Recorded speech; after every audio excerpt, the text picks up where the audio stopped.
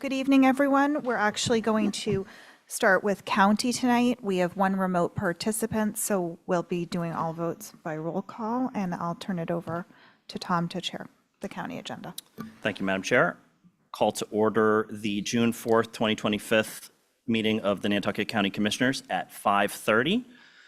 Our announcements are that the County Commission meeting is being audio and video recorded. Next up is public comment for items not on our agenda. We're also going to have select board public comment, so this would be just for any county-related public comment. Seeing none. Mr. Chair, if it's all right. Yes, sir. Just to let you all know and let the public know, the Nantucket Planning and Economic Development Commission, the NPDEC, does have two open seats. There's a one-year term and one 3-year term that's open right now. Anyone interested in filling either of those seats they're encouraged to email Megan Trudell at our Planning and Land Use Services office by Friday, June the 13th at 4 o'clock. Thank you. Mike, just for the record, you wanted to identify yourself, just so. Mike Burns, Transportation Program Manager for the NPDEC. Sorry, Mr. Chair. Thank you. We have no new business. Next up is approval of minutes and warrants. Is there a motion to approve the minutes of May 28th? So moved. Moved by Dawn, seconded by Matt. All those in favor by roll call. Matt? Aye. Dawn? Aye. Brooke? Aye. Malcolm? Aye. Chair votes aye. Those are approved unanimously.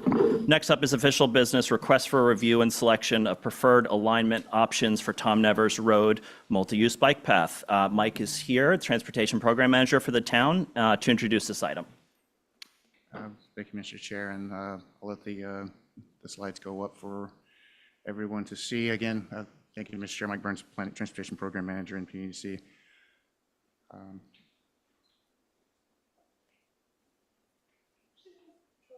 Control L, yeah. All right, thank you, Mr. Chair. This item is to present the revised alignment options for the Tom Nevers Road multi-use path. As you know, funding for easement acquisitions and constructions for this path were approved at the recent annual town meeting and ballot vote. Staff is currently requesting the selection of a preferred alternative to advance this project, as funding is now approved, with the goal of having construction initiated as early as fall of 2026 and possibly completion by summer of 2027. Next, please.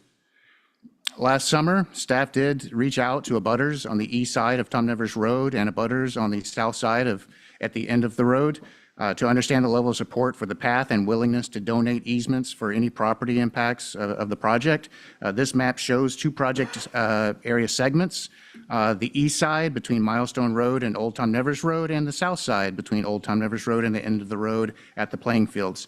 The east side options were referred to as options 1, 2, and 3. The south side options were referred to as options A and B. This map, although it does show a study of utility poles and guy wires, and I thought it made a good visual for this presentation, but I also want you to know that we did do a lot of coordination with the utilities and conducted site visits with National Grid, and they conceded that most of the guy wires can be removed and a couple can be adjusted to maximize accessibility and further reduce property impacts. Next, please. Here are the three options for the east side of the road. Option 1 provides a variable width, 10-foot wide path abutting the road with no buffer and narrowing to 5 feet to avoid conflicts with utility poles and properties. Option 2 provides a straight 10-foot wide a buffered path between the utility poles and the properties that avoids utility impacts and maximizes the buffer. It will also require some property impacts as there are less than 10 feet between the utility poles and the properties.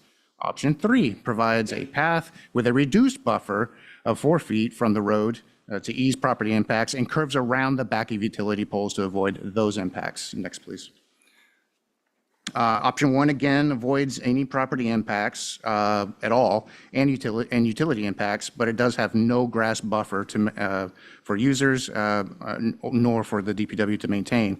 However, the narrowing of the path at the poles does create a great compromise to safety and comfort for the users. Next, please. This is another image of this segment between Lions Lane on the left and Old Tom Nevers Road on the right. You can see that there is a boardwalk recommended across the land bank property that is supported by the Land Bank Commission. Next, please. Option 2 is a more enhancement for user safety with a straight 10-foot wide path with about an 8-foot wide buffer from the roadway. This option does have a greater impact to abutters. Next, please. The maintenance of the grass buffer isn't a great challenge, but this does provide a wider buffer for path users. Next.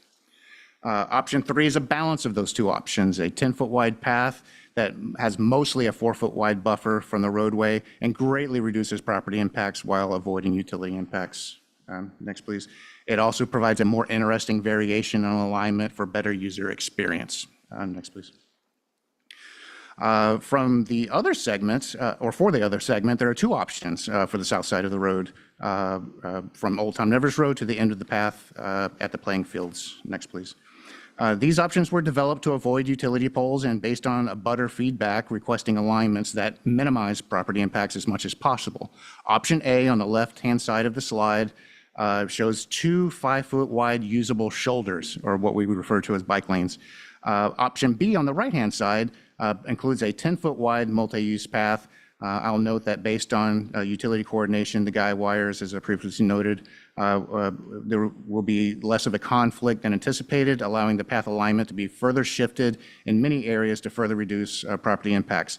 Conflicts with landscaping, some of which is within the public layout, is also an ongoing discussion with abutters and will continue if option B is the preferred option by you all. Next, please. The usable shoulders or bike lanes for option A is supported by most abutters along this section of roadway, as there is minimal impact to properties, or I would say zero impact to properties, and minimal impact to utilities. However, there is a transition from a path condition to the shoulders condition, and there will need to be a crossing of driveways on both sides of the roads, which is a safety concern for the other boards who provided recommendations to you all. This option also is considered more accessible than the existing condition, but it is actually less ideal than the traditional separated path. Next, please. Option B simply continues the multi-use path beyond Old Tom Nevers Road to the end of the road. This is more ideal for users. However, there are impacts to properties and landscaping on both private property and within the layout in some areas. Again, based on outreach, option A is the preferred option by abutters. And as noted, a final alignment for this option will be based on abutter input to minimize project cost. It'll consider both encroachments and property impacts and safety of path users. Next, please. The next two tables, I won't belabor you with a lot of the math that's on these tables, but the next two tables show the costs of options 1, 2, and 3 based on whether option A or B is preferred. The original design is also included on the left-hand side, and that was shared with abutters in the summer of 2024. And that's there for comparison. I'll point out that there is a significant reduction in property impacts with these alignment options versus the original option. If option A is selected, the recommended usable shoulders and bike lanes for this segment of Old Tom Nevers Road, the project will cost between $4.7 million and $5 million, depending on the preferences for 1, 2, and 3. Next, please. If option B is preferred and selected for this segment between Old Tom Nevers Road, the project cost would be between $5.5 million and $5.8 million, depending on preferences for options 1, 2, and 3. This higher cost estimate is due to the cost of the property acquisitions along this segment, and there will be additional costs associated if there is any participation in landscape relocations. Next, please. And to, next, please. And to summarize and present recommendations, please know that the Bicycle and Pedestrian Advisory Committee, or BPAC, did review these alignment options and recommended options B and 3. Options B was the path option. Option 3 was the 4-foot buffer that went behind utility poles. The NPDC, or Planning Economic Development Commission, concurred with this recommendation at their meeting in April. Based on outreach with abutters and addressing safety concerns with the design consultant, staff did recommend option A, the usable shoulder options, and option 3, the 4-foot buffer, to the BPAC and the NPDC. As the county commissioners are the owners of the road layout and would be responsible for easement acquisitions and associated costs, you are ultimately needed to select the preferred option. Staff has reached out again to abutters to notify them of this meeting, the project webpage, and the revised options. And at this time, Mr. Chair, staff would request that the county commissioners select a preferred option to use to finalize plans and implement the Tom Nevers multi-use path. Thanks, Mike, for the presentation. Commissioners, questions for Mike? Also noting that the DPW Director, Drew Patinote, is online to answer questions as well.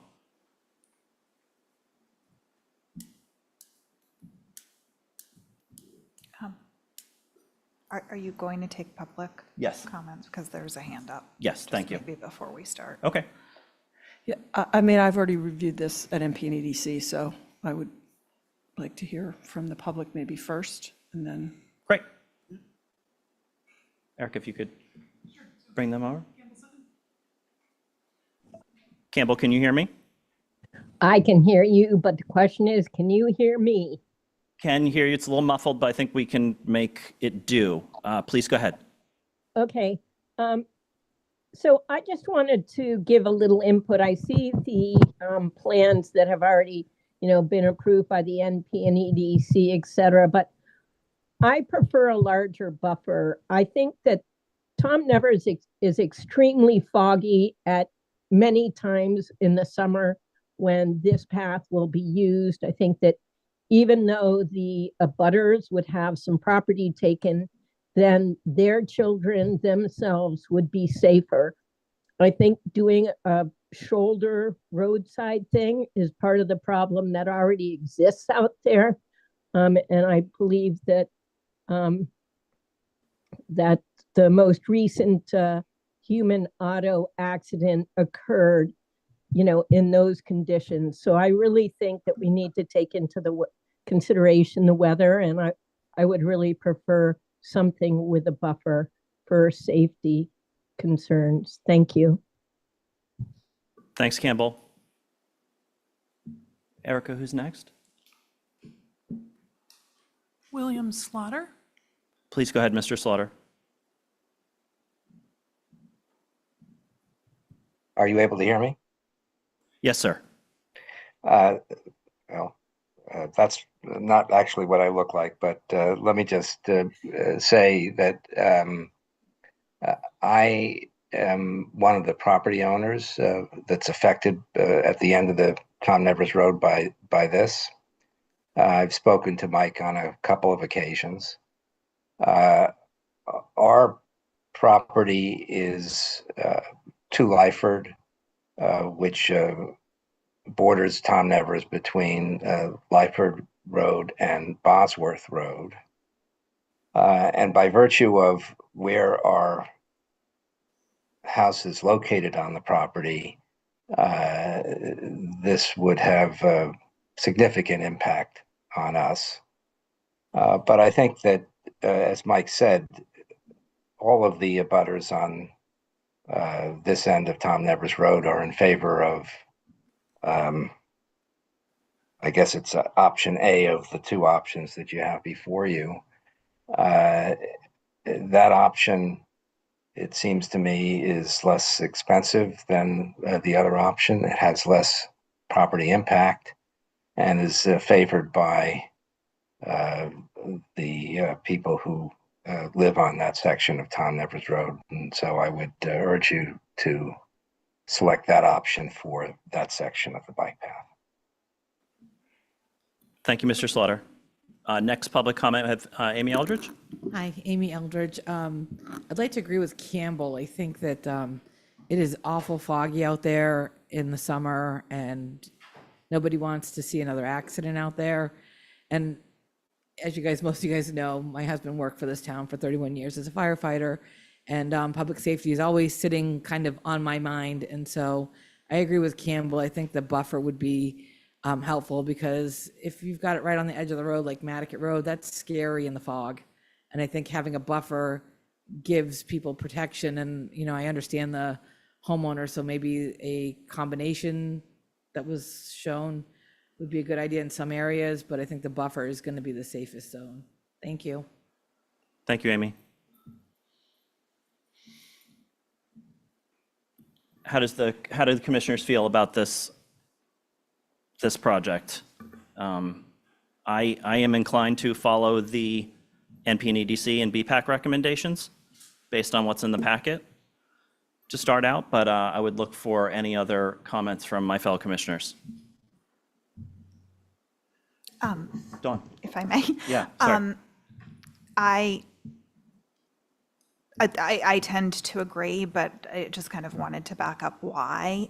I feel like these are very large properties out here, and doing it like the beginning of Nantucket Road, which feels and has always felt very unsafe to me, is more of a last resort type of issue because right there it abuts a cemetery.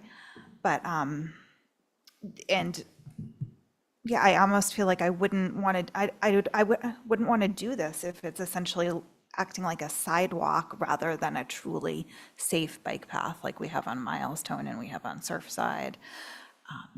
And even that beginning part of Surfside is a little bit precarious by the school.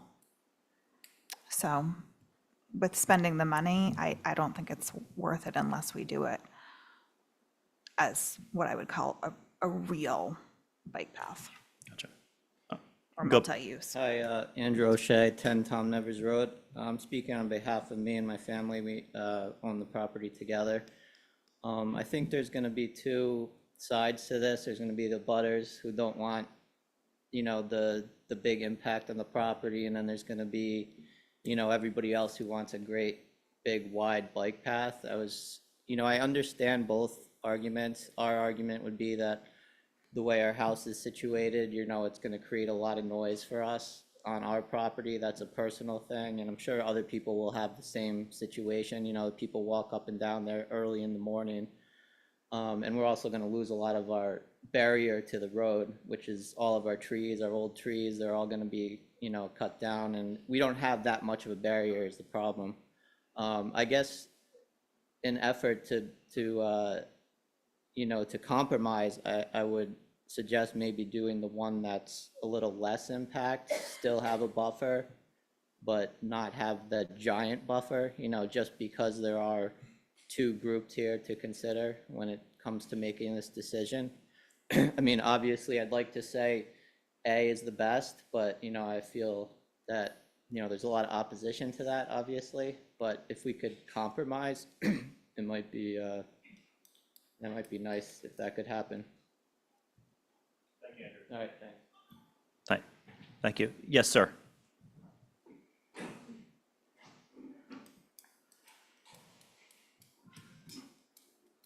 Good afternoon. My name is Charles Louis Bassano, spelled Bassano. I live at 3 Lyford Road. I have a piece of property that starts at Lyford and it goes west down to Coffin. I want to state that I'm not against the bicycle path. I don't think it's a bad thing, but I'm a little concerned about the encroachment into my property. I do support option A. Option A would provide the 10 feet that some of the people would like to have by having 2 5-foot strips, one on the south side of Tom Nevers and one on the north side of Tom Nevers. I think that would work very well. Also, let me state what I've been trying to accomplish for quite some time now, and that's to get the speed limit reduced on Tom Nevers Road. 40 miles an hour on a street that is in a residential area is a little bit too high, I believe. I want to go back a minute to when the original bike path was built on Milestone Road. The width of that bike path is still in place today at only 8 feet. The proposal under option A that I'm talking about would have 2 5-foot sections, one on the south side and one on the north side. I would hope that you would consider that. That's the least intrusive to many of us that live in that area, and I hope that that is given thorough consideration. I thank you for hearing me, and I wish you guys luck. Thank you, sir. Any other public comment? Seeing none, any commissioners' comments? Follow up on Dawn or what the public has relayed? Yeah, I Matt? have a comment. I think option 3, the path that goes around the phone poles, I think that's, sort of seems unanimous. Am I correct that that was voted, and I think the neighbors are, so I think really we're talking about sort of A or B at this point, is what we have to decide. Is that correct? That's how I'm viewing it anyway. Brooke, do you want to follow up on this since you went through the NPDC, Yeah. please? So, I mean, I think, the homeowners have said that a lot of the homeowners would prefer the least intrusive, right? At NPDC, we talked, a lot of the points Don made about having the bike path, directly abutting the car travel lanes is, just doesn't feel as secure. And also, so I favor the smaller buffer, but to have a buffer. And then with regard to A or B, the fact that people have to cross the road down there is a negative, in my opinion. And I also agree with some of the speakers about, dense fog and being in the roadway. I would rather we do the more traditional with the buffer all the way down. So that's why I voted with the NPDC on the recommendation. So that would be option 1 with, Three, excuse me, 3B. 3B. Okay, yeah. okay. Any other discussion or potential motion? I'll make a motion for 3 to start. Oh, Malcolm, apologize, I didn't see you. Please go ahead. No, that's all right. I mean, I agree with what's said here. I'm very concerned about, in a sense, going against what the residents want, but for safety and the recommendation of the experts, I will tend to go with the recommendation as presented. Okay, thank you, Malcolm. Matt? Yeah, in Pulpus and Quidnet, we have some residents who have been asking and promising to raise money and asking for a bike path for at least 10 years now. And it's so that they can get, they or their family safely out to Pulpus bike path, that it's just so dangerous there. And with some of the kite surfing that's going on at the end of the road now, it's getting a lot busier. And so this is kind of, it's kind of if we are doing this and we're doing this and we're jumping the queue a little bit, but I would hope that if we do pick B, I hope the residents would think about sort of that issue too. I mean, I think for their own families, for the future families that are going to be living there and trying to get back and forth, I think the safest it could be is important. When the bike path went in on Fairgrounds, I own property here, my employee housing is here, I donated the easements, and some neighbors didn't, and the path is sort of right next to the road, and there's no shelter for a car. Since I donated it, the path goes around a little bit, the cars can pull up, and they can look both ways before they go.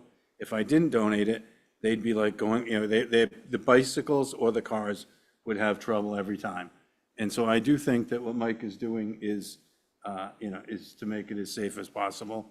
And I hope that everyone involved recognizes that and helps him do that. So, thank you. Thanks, Matt. Mr. Chair, I'd make a motion to approve the recommended options from the BPEC and NPDC, which are options 3 and B. Is there a second? Second for discussion. All right. Dawn? Yeah, I just want to say, I always am concerned with people losing some of their property rights. But if we're going to do this, I want to do it the right way. So for me, it's either we do option 3 and B, or maybe we don't do this project. Not the number 1 and A, just, they're not going to be safe enough. It's not worth spending $5 million. Thank you, Dawn. We have a motion on the floor made by Brooke and seconded by Dawn. And I'll take a roll call. Matt? Aye. Dawn? Aye. Brooke? Aye. Malcolm? Aye. Chair votes aye. That passes unanimously. Thank you, Mike and Drew, for your work on all that and the NPDC and BPAC. Next up is commissioners' reports, comments. Seeing none, is there a motion to adjourn? So move. Second. Moved by Matt, seconded by Dawn. All those in favor by roll call. Matt? Aye. Dawn? Aye. Brooke? Aye. Malcolm? Aye. Chair votes aye. We are adjourned. Madam Chair? All right, now we are on to the select board agenda at 5:55. We'll accept the agenda as printed, and I'll turn it over to the town manager for announcements. Thank you. This meeting is being video and audio recorded. And our next item is a Cape and Islands district update with our district attorney, Robert Galabois. I think he was online. Hi, everybody. Good evening, Robert. Good evening. Can you hear me okay? Yes. Nice. Thank you very much. I really appreciate you giving me a few minutes this evening to give you a little update on our office. And I promise to keep my remarks under 10 minutes as I know you have quite a full agenda. There are 5 topics that I wanted to talk about. The first one is a new program we launched about 2 months ago. It's called CERT, or Child Emergency Response Team. What it is, it's a collaboration between our office, prosecutors and victim witness assistants, and law enforcement partners, of course, along with the Department of Family and Services, or Children and Family Services, DCF, and the Children's Cove, where we conduct our forensic interviews and examinations of child victims. It's led by Courtney Scalisi, who is the chair of our Child Protection Unit. And essentially, whenever a child is victimized from a physical or sexual assault, the entire team is put on notice. This gives us our best opportunity to try to fully investigate the case from the very beginning, as well as provide the necessary resources for both the victim and the family. It's been launched about 2 months ago, as I said, and since then, Courtney has conducted 2 trainings. Each training had north of 60 attendees, including folks from Nantucket. So we're feeling really encouraged that this is something that will be successful and help us in prosecuting cases in the courtrooms going forward. And it's a matter that I'm looking forward to coming back next year and discussing with you about our progress on it. I also wanted to talk a little bit about human trafficking. And you might remember last year I mentioned how we had received our first grant ever to conduct trainings across the district, including on Nantucket at Cottage Hospital. And we're most grateful for them hosting. Several representatives from the Nantucket Police Department was there that time, including Chief Casper, as well as members of the hospitality industry and the transportation industry. So after we conducted a total of, I believe, 5 trainings across the district, we went back to the Office of Grant and Research, who gave us those funds. And we thought we had some credibility when we made a pitch that we would like another $100,000 to conduct a statewide human trafficking conference. They gave us the funds, and about 6 weeks ago, on April 10th and 11th, we had that conference in Hyannis. Again, members from Nantucket attended that 2-day conference. We had over 200 attendees each day. We had 38 presenters from across the country. We certainly had local officials presenting, but we also had members from the Boston Police Department, the FBI, and the entire 5-member human trafficking team from the U.S. Attorney's Office, and the U.S. Attorney herself came down to give the introduction. Members of that Office and Grant and Research that gave us the funding also attended the 2 days. They had some really nice things to say afterwards, and they've already had some conversations with us about perhaps expanding it to a New England-wide conference next year. So we're looking forward to that potential. I wanted to speak very briefly, or not so briefly maybe, about our efforts on fentanyl. When I took office in January 2023, I instituted a brand new policy. Anyone who was charged with trafficking in fentanyl, those are your business dealers. Those are the ones that are pushing the poison for profit. Our office would employ a really powerful statute referred to as the dangerousness statute. Once we put that in play, a person is held without bail. Having been in private practice for about 20 years before I had this job and representing many folks that engaged in that line of work, I can speak firsthand saying they prepare for that rainy day. for when they get charged. So they build up that bank account so they can post a bail, and oftentimes they return back to the trade and ply their work again while the case is pending. With this particular statute, they are held from the beginning and don't have that opportunity.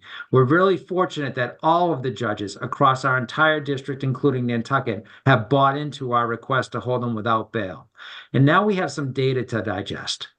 2023 numbers came out and said that the non-fatal overdoses were down 10% and fatal overdoses were down 7%. We also have 2024 data now. Non-fatal overdoses 2024 are down 25% from 2023, and fatal overdoses are down 35% from 2023. Now, while we certainly recognize the more availability of Narcan, and that's a really good thing, we also think that a reasonable inference can be drawn that our hard line that we're taking on trafficking and fentanyl dealers is having a positive impact. Some of you might have heard that Cape Cod Hospital over here recently opened a brand new addition. They call it a tower. It's for cancer treatment. Last summer, we learned that to get the permits from DPH to build that facility, they needed to invest certain sums in stakeholders across the district for which they served. So armed with that information, I went back to our team to see what we could possibly do to get some grant funds. And we decided to go forward on what's called Critical Incident Management Systems, or SIMS. I believe Chief Casper might be aware of this from her time when she was chief out in Northampton. So what the SIMS database is about is when a law enforcement official responds to an overdose situation, they're to go back to the police department and enter the certain information in the SIMS database. I'm going to provide an example. I'm not picking on any towns. If someone from Hyannis came to Nantucket and had an overdose experience, and when the police went back to the database and entered the information, folks in Hyannis would be notified, the service providers, to try to keep in real time, if you will, what happened with one of their patients.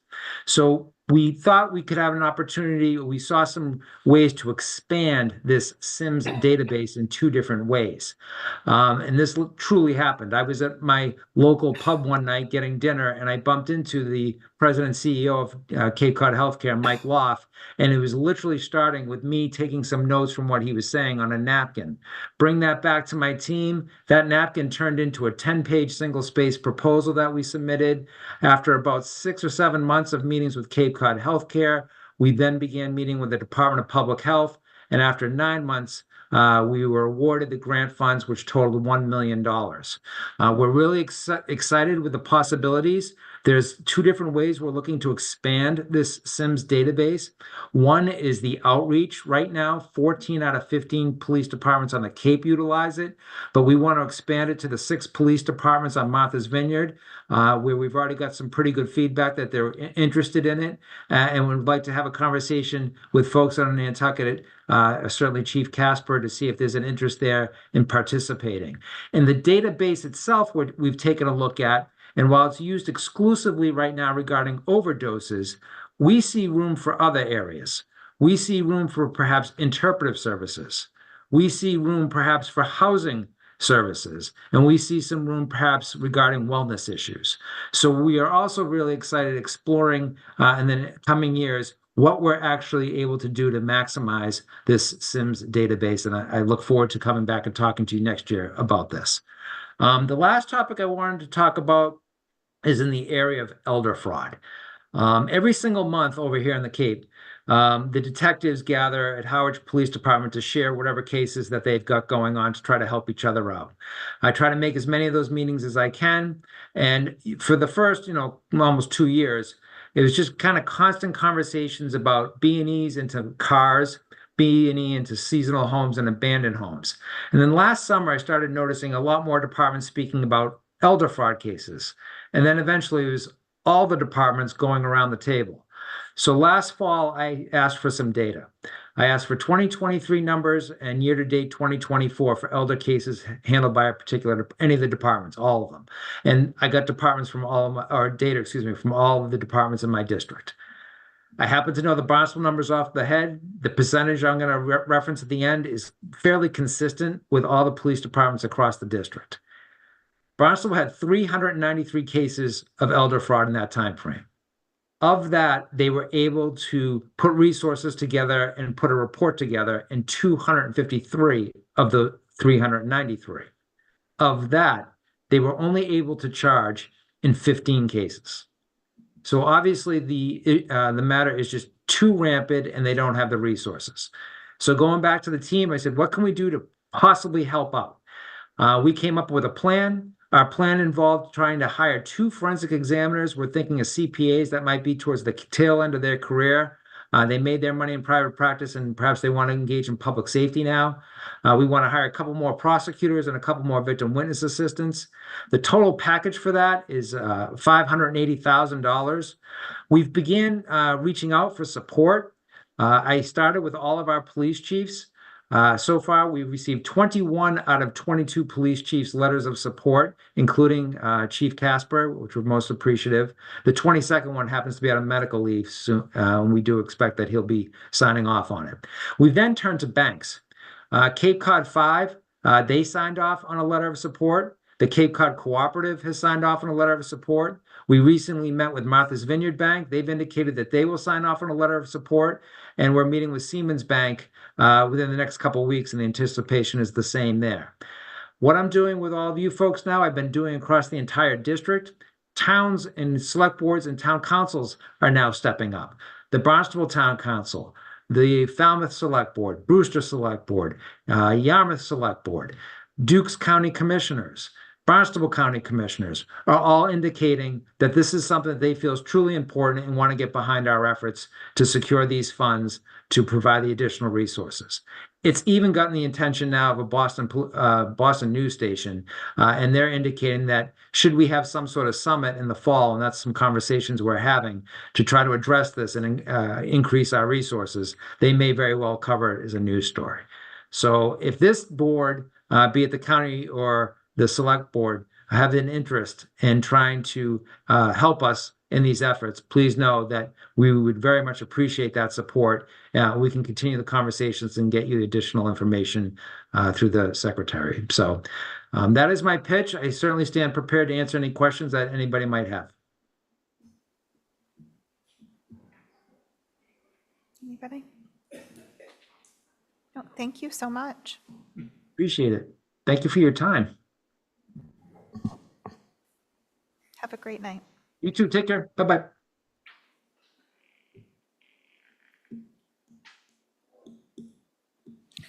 Okay, next we have an announcement about our upcoming 2025 Nantucket Coastal Conference. This is a conference taking place next Tuesday, June 10th from 9 a.m. to 5 p.m. at the Great Harbor Yacht Club.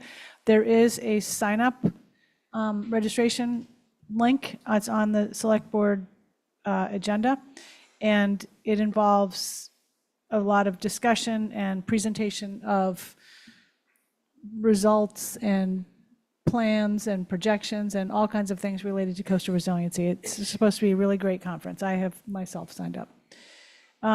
We have an announcement about weekly pond monitoring for harmful algal blooms. This began this week. It's the town in partnership with the Nantucket Land and Water Council, the Nantucket Conservation Foundation, the Land Bank, the Linda Loring Nature Foundation, UMass Boston, and Mass Audubon.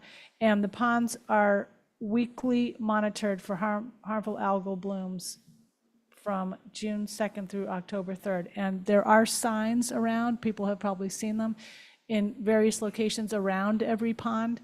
And if you see or have a concern or a question about what you think might be a HAB, harmful algal bloom, there is reporting information on the sign, and or you can report it online. And again, that link is on the town website, and also it's shown on the select board's agenda.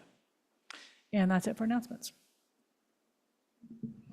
Okay, thank you very much. Are there any opening select board announcements or comments? Okay, seeing none. We don't have an update on public comment, right? Okay. So that brings us to the public comment portion for items that are otherwise not on our agenda for discussion. We do in the interest of time, have to limit these to 3 minutes. And I see Mr. Williams coming to the mic. Please introduce yourself. Clifford Williams, 11 Somerset Road. I'm here tonight to reference the African Meeting House RFP. I'm not speaking as a member of the committee, even though I'm on it. I'm speaking as a citizen. It was brought to my attention on the 21st that the draft was released for the RFP. I asked for a copy. I never received a copy. On the 30th of May, I asked for another copy. I did not receive a copy. June 2nd, I found out the RFP was being advertised in the Boston Globe. I looked it up. I realized that the final edits were not done as agreed upon in the last meeting. I then asked for an emergency meeting, which I don't believe one's been scheduled. So unfortunately, I think we've run into a problem with trust and transparency in this process. Thank you. Thank you.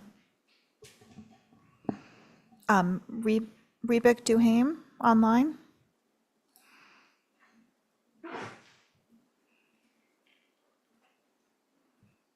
Can you hear me okay? Yes, Thank you.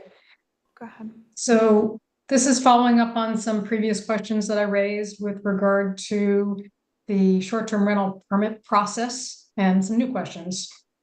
First question, when will the GovOS STR permit portal be updated so that operators can apply for 2026 permits? Second, some STR operators may still need to apply for 2025 permits. Will the portal allow for the applicant to select whether they're applying for a 2025 or 2026 permit?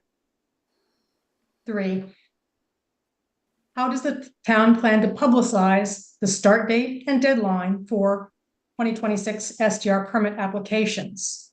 It would be great to see a series of public announcements via the Nantucket Current, Daybreak, and Inquirer and Mirror, as we're all well aware that there are still short-term rentals in operation that have not registered, and the owners may just not be aware of the process. Item 4, this is to follow up to the previous question that I asked on April 9th, 2025. And in this forum, the town came back and indicated that a form will be inserted into the GovOS system for the permit applicant to attest that the short-term rental was operated in accordance with all bylaws during the previous year. As we know, citizens have an ongoing concern about the types of entities that are seeking to benefit from operating short-term rentals. And so when it comes to specifically Chapter 123, Section 3.H, which is the corporate provision, perhaps the form that GovOS is going to be implemented could specifically request additional information pertaining to this concern. Item A, asking, is the property owned by a corporation, partnership, real estate investment trust, or any similar entity which pools funds from investors and is engaged primarily in investment activity? Yes or no? Item B, if the property is owned by an LLC, trust, or S Corp, is every shareholder, partner, or member of the legal entity a natural person? Yes or no? And if yes, please list all the shareholders, partners, or members of the legal entity. This language is drawn pretty much directly from Chapter 123, Section 3.H. So thank you for listening. Thank you very much. At the mic, just please introduce yourself. Good evening. Again, my name is Barbara Burgo. I am a resident of Brewster, and I am a former chair of the Barnstable County Human Rights Commission and a former elected official in Brewster, as some of you may have already heard. I came to back up Cliff and the working group concerns that I too have. Chairwoman Holgate, it's good to see you in this position. And I trusted that if you heard our concerns and the rest of the board, that you'd be taking it very seriously. When I was here a few months back, it was mentioned that you'd be interested in hearing or being aware of some of my concerns. The first concern was the first meeting I didn't have a link. The second meeting, I did get a link. The third meeting, I couldn't open any link, or I don't remember if it wasn't there. So it's been haphazard that I have had an opportunity to participate. I haven't participated or answered at all like I could right here. So I'm going to hopefully come to the emergency meeting when you have it. I agree with Cliff that they were not sent the final, and I don't think what he said was, I heard on the meetings that because Malcolm as the chair, they said if we could trust that would go in the way we spoke of. The things at the header that were missing were the addition of the town administration being investigated, including town manager, including select board. That was on Article 36, and that was left off of the RFP. Very serious to me, and this is not a game. I heard a couple of folks say in one of the meetings, what inning are we in, or we're in inning whatever. You can understand my concern coming back and forth here for a year. I don't find it funny, okay? And we've gotten this far, and Chairwoman Holgate, you said there was a lack of trust before, and Selectwoman Brookmore said at one time there was a lack of transparency. We now have games playing, lack of transparency, and a lack of trust.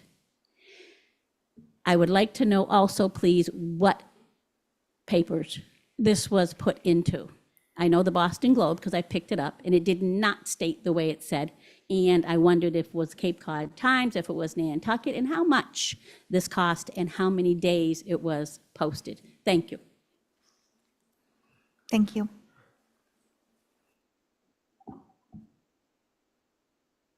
Are there any further public comments this evening?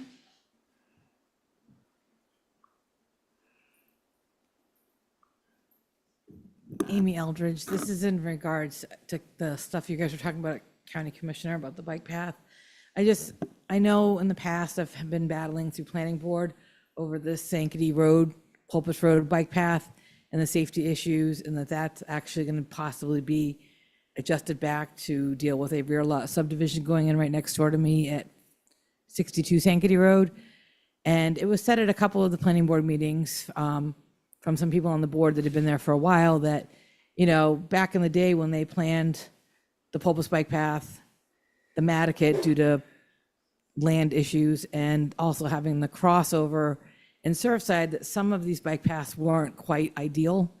And I just want to make sure that if we're going to spend that kind of money on a bike path, that we make it so that we're looking at it as of what happened in the past with the accident last year to what's happening today and to what's going to be happening on that road in 25 years, so that we're not moving back the Pulpus bike path between two driveways, because that wasn't something we thought about when that got put in 25 years ago as being a public safety issue in the road. Nobody thought that the middle of Sankaty Road was going to be a hub, but you have a crosswalk. We now have the NRTA shuttle bus stop there. And those are all things I want you guys to be thinking about when you make the decisions on what the aesthetics are going to look like for the Tom Nevers Road bike path. Because to me, public safety is paramount. And so I feel bad, but I'm a neighbor that's going to be impacted by a bike path change in Sconset. And I'm very much about people's property rights, but I'm also about the public safety of everybody, visitors and locals, because we have a lot of people who come here who don't understand the flows of our roads, and they stop in places that maybe they shouldn't, that aren't ideal because they don't know. And I just want to make sure that we take that into deep consideration when you're picking your plans. Thank you so much. Thank you. I have one more hand up online. Campbell Sutton. Good evening, Campbell Sutton. I just sort of wanted to piggyback on what Amy was just saying, because I think sometimes when these issues come to public boards, it's really important to put the public safety first. I understand how, property owners want to keep what they have, et cetera, But if it was one of their relatives that got hit, they would have a different outlook, I think. And I think that while we need to respect property owner rights, we really need, public boards are there to create safety and ensure safety for the public. So thank you guys for all you do. Thank you. I don't think that there are any more hands up online. Should I just mention that we do have an agenda item on next week's agenda for Malcolm as the chair of the African Meeting House Committee to give an update?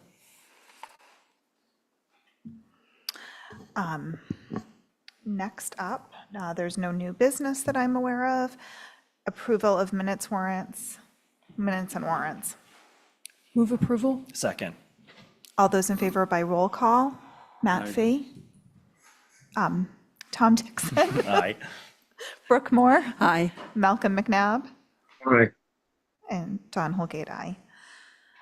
Consent items. So we have a gift acceptance for natural resources. Do you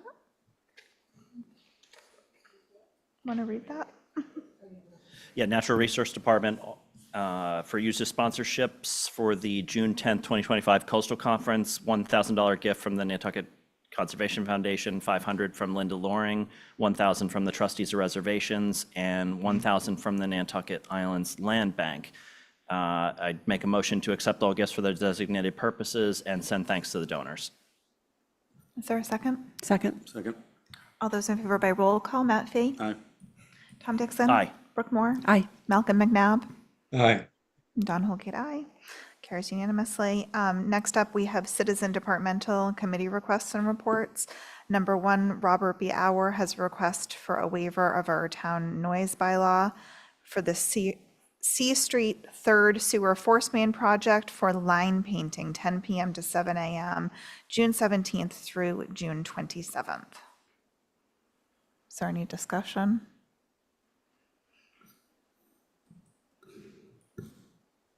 Motion? Move approval? Second. Okay, all those in favor? Matt Fee? Aye. Tom Dixon? Aye. Brooke Moore? Aye. Malcolm McNabb? Aye. Don Holgate, aye. That carries unanimously. Number two, applicant introduction to review the applications for Agricultural Commission, Airport Commission, Board of Health, Cannabis Advisory Committee, Capital Program Committee, Cemetery Commission, Coastal Resilience Advisory Committee, Conservation Commission, Human Services Contract Review Committee, Council for Human Services, Council on Aging, and Cultural Council. I will turn it over to Erica. Thank you. Excuse me. So I did email all applicants for all the committees A through Z and told them about today's date and next week's, and let them know if some couldn't attend one meeting, they could go to the other. So we might have a couple that aren't necessarily part of this category. Agricultural Commission, we have 2 seats available and 2 applicants.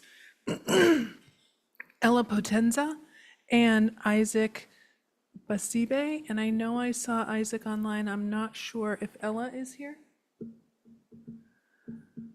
Isaac, I'm going to allow you to talk. If you just want to introduce yourself and review with the board why you are applying to the Agricultural Commission. All right, thank you so much. Do you hear me, everybody? Yep. Yes, we can hear you. Thank you, good evening. It's such an honor for me to be here today to share my passion for agriculture with you all. I applied to be appointed as a member for the Agriculture Commission for the town of Nantucket. I've mentioned my name is Isaac Basire. I serve as the agriculture specialist for Nantucket Land Bank. I'm a farmer by birth, passion, academic qualification, and experience with over a decade of professional experience spanning 3 continents of Africa, Asia, and North America.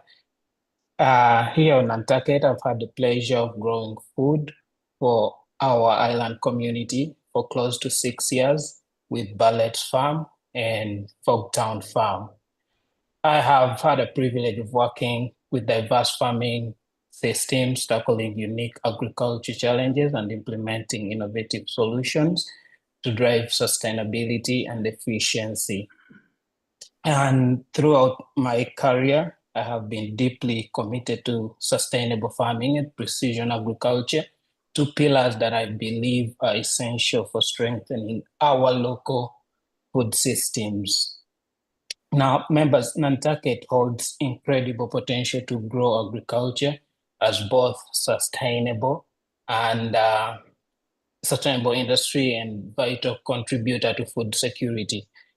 We have a lot of demand for food that we can produce. We produce less compared to the demand that we have, and there is potential to grow that.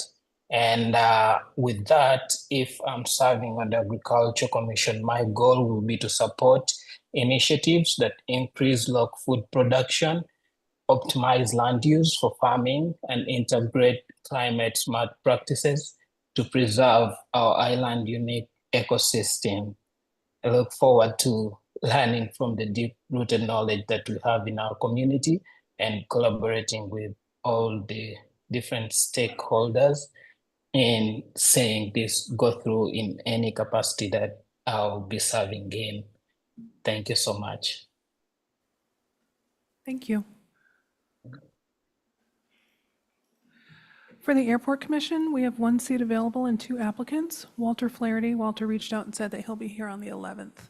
And Michael Levitt. I'm not sure if Michael is here. Great. You can go right up to the mic. Good evening. I'm Mike Levitt. I've been coming to Nantucket all my life and have been a full-time resident here for the last 5 years. I applied for this position because, one, I'd like to contribute to the community.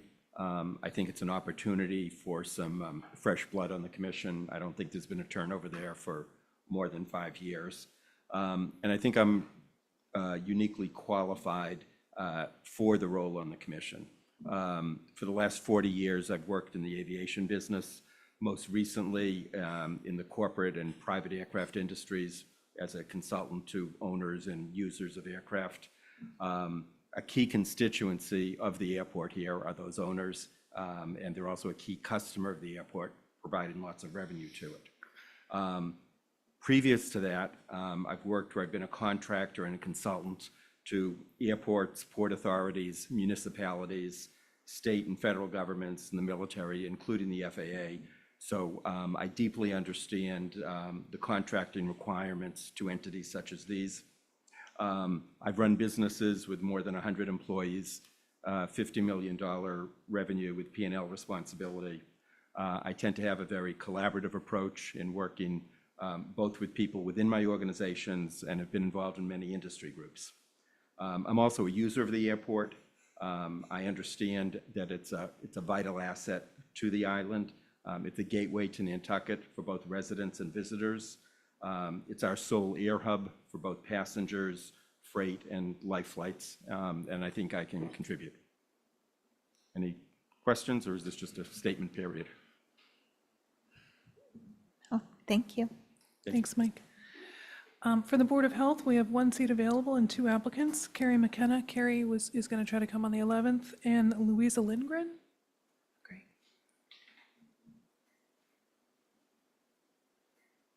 Hi, my name is Louisa Lindgren. I applied for the seat on the Board of Public Health because ever since becoming a full-time resident on Nantucket a couple of years ago, I have become very passionate about the community and the health of the people and the island itself. I think Nantucket, we experience a unique climate, especially being on a small island with a lot of people, and we have intense strain on the health and well-being of the public. One item in particular that I'm interested in are the increased awareness around PFAS. We are doing a great job already amongst the Board of Health with testing water sources, but I believe there's a gap in treating the people and monitoring blood levels of PFAS itself. So if appointed to the Board of Health, I'd like to continue to expand on those efforts along with potential partnerships with physicians across the island.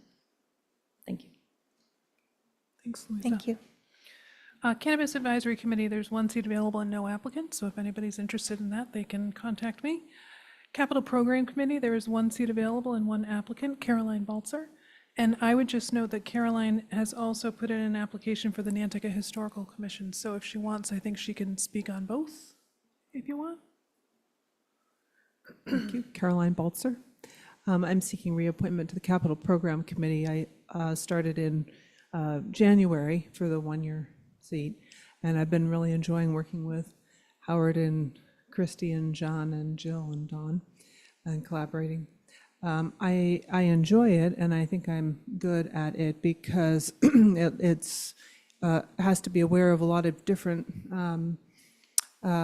projects and all across the island and in different all different domains, and I really enjoy thinking in a broad way like that as I offer my help in thinking about what is needed in the near term and over time. As for the Historical Commission, I've become very interested. I've always been very interested in the history of Nantucket, but recently become very interested in our landmark designation and the way that that ties in also to a lot of different elements about Nantucket, and feel that I have a lot of resources to bring to bear to that at this point. Thank you. Any questions? Thank you. Thanks, Caroline. Cemetery Commission, we have one seat available and one applicant, Jason Finger, and I do not see her. Oh, she's hiding.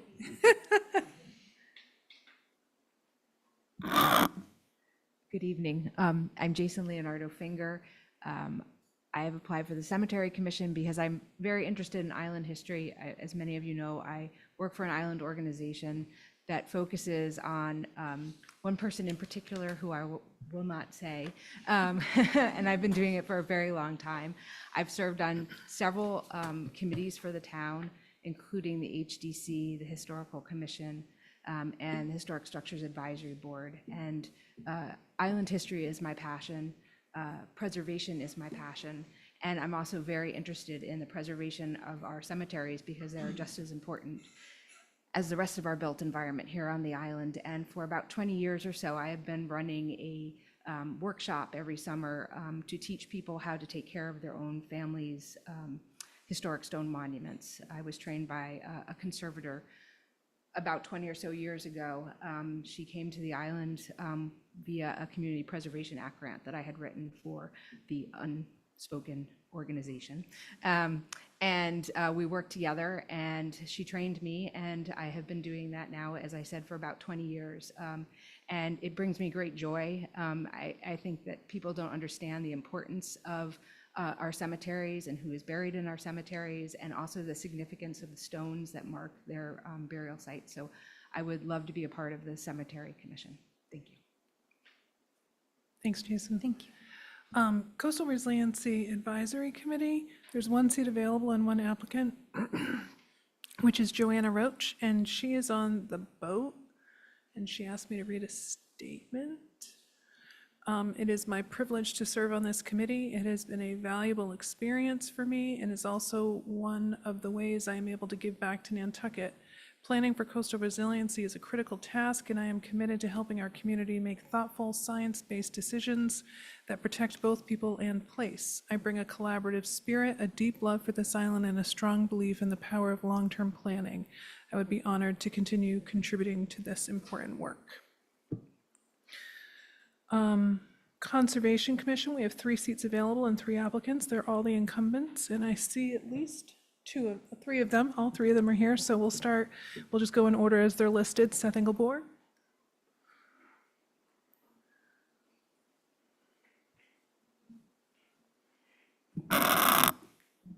Good evening, everybody. My name is Seth Engelborg. I am seeking reappointment for a 3rd term on the Conservation Commission. For 4 years, I've served as a commissioner and 1 as vice chair, and then this past year as chair. And I'm looking forward to a 3rd term as well. I was planning a long, passionate speech, but see, as there's 3 incumbents applying and nobody else, I'll just keep it short for you. I'd like to thank all of the members of the Select Board for your continued and renewed support of our commission. and just give you a few updates on the highlights that we've been able to do recently. As you all may know, we updated our regulations that went into place on January 1st of 2025. In addition to that, we have new procedures. That's greatly improved our commission efficiency. We've been able to take our meeting time from an average of about 4 hours down to about 2 hours. So that's good for everybody, applicants and commissioners. Looking forward to continuing that work and to continuing the crucial goal and role of the Conservation Commission in protecting our wetland resources. And I thank you very much for your support. Thank you, Seth. Up next would be Mike Mazzarelli.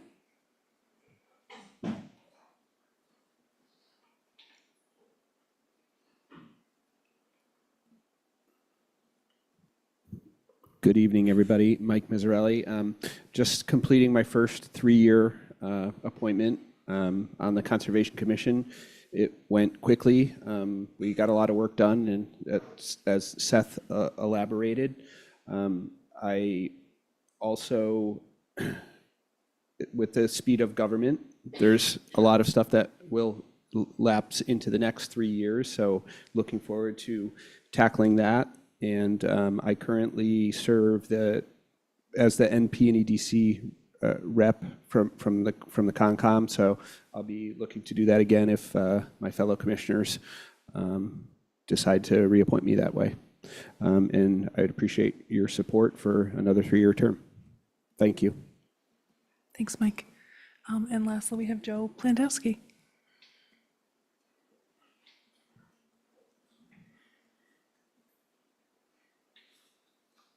My name is Joe Plandowski. I served 1 3-year term on the Conservation Commission. It was a real learning experience. I would feel very bad not doing another 3-year term just to return all the information that I received in the first 3 years here. My application, I think, has most of the information that is of relevance, other than a history of volunteering. I spent 4 years as an AYSO certified soccer coach, 10 years as an adult leader in the Boy Scouts of America, and 15 years as a U.S. swimming official. I look for your support. Thank you. Thanks, Joe. The Contract Review Subcommittee, there's 1 seat available and 0 applicants, so that will be looking to get filled. Council for Human Services, 4 seats available and 4 applicants.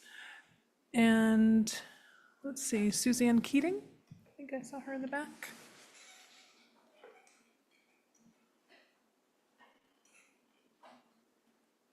Good evening. My name's Suzanne Keating, and I've been on the Council for Human Services for the last 2 years.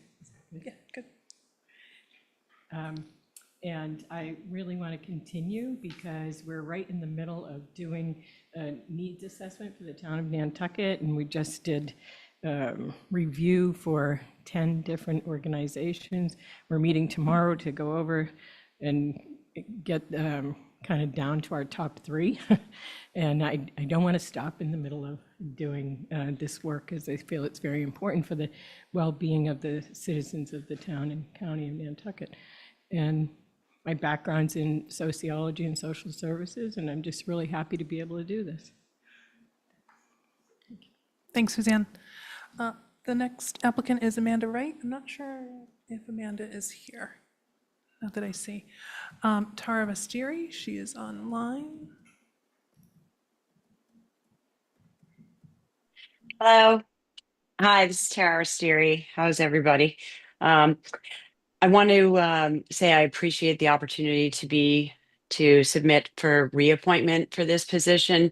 I have been a member of the council since February of 2022. This is an amazing group of people, and I think that the work that we are doing has been pivotal to assistance with both the Department of Health, with Jericho and his work, and with a number of our community organizations. I have many years of experience working in human services, and I would certainly like to continue that work. I think over the period of time that I've been on the council, I've brought a lot to the table. I want to continue to do that. It's really, really important to me to give back and to contribute to the people of Nantucket and to those who we look to serve. As Suzanne actually just mentioned, the two of us are two members of 5 individuals who have been doing an extensive deep dive into the organizations who will potentially do our community needs assessment. It's been a wonderfully collaborative process between the group. It's been a lot of work, but I think and actually Suzanne and I happen to be very aligned in our view of what we think will benefit the community and the community needs assessment, and the group that will help us do that the best. We're going to be meeting, as she mentioned, tomorrow to really bring it down to probably really the top 1 or 2. I think we actually will end up with the final with our final choice tomorrow. But I want to continue to do this work. I think it's so valuable. I really think I've been contributing and really want to continue to do that. So I appreciate you guys taking the time, and hope you will renew my appointment. Thanks, Tara. And then Deborah Goodemont, she is over there. Good evening, Madam Chair and members of the board. My name is Debbie Goodemont, and I'm an applicant for the position on the Council for Human Services. My family and I have been coming to Nantucket for the last 15 years and have owned a home here for the last 9. Last year, in August, my husband and I moved permanently to the island as year-round residents, and we are thoroughly enjoying integrating into this very vibrant community. I've been fortunate to raise a family that includes a neurodivergent child and have had to navigate many challenges in this regard. This has made me both patient and very focused on tasks at hand. Because of my family situation and the support I have received from so many sources, I've always tried to give back to the communities we have lived in, whether it's providing personal items for domestic abuse survivors, collection of school supplies, and clothing for underprivileged youth, or assisting with the food insecure. Continuing with this on this island, I currently volunteer at Meals on Wheels with Elder Services. Because I have moved internationally between Europe, South Africa, and the United States, I can honestly say this has allowed me to witness firsthand both the challenges and the advantages that a diverse population brings. For these reasons, I would appreciate the opportunity to assist the Council with the identification and support of the various organizations across the island, whether they relate to substance abuse, mental health issues, food insecurity, the differently abled, and the elderly. By focusing on these areas that are of benefit to the community and helping to bring those projects to completion by exercising a supportive mindset. Thank you for your time and consideration. Thank you, Debbie. Council on Aging, we have 4 seats available and 5 applicants. Tony Walsh, is Tony here? Move to the mic.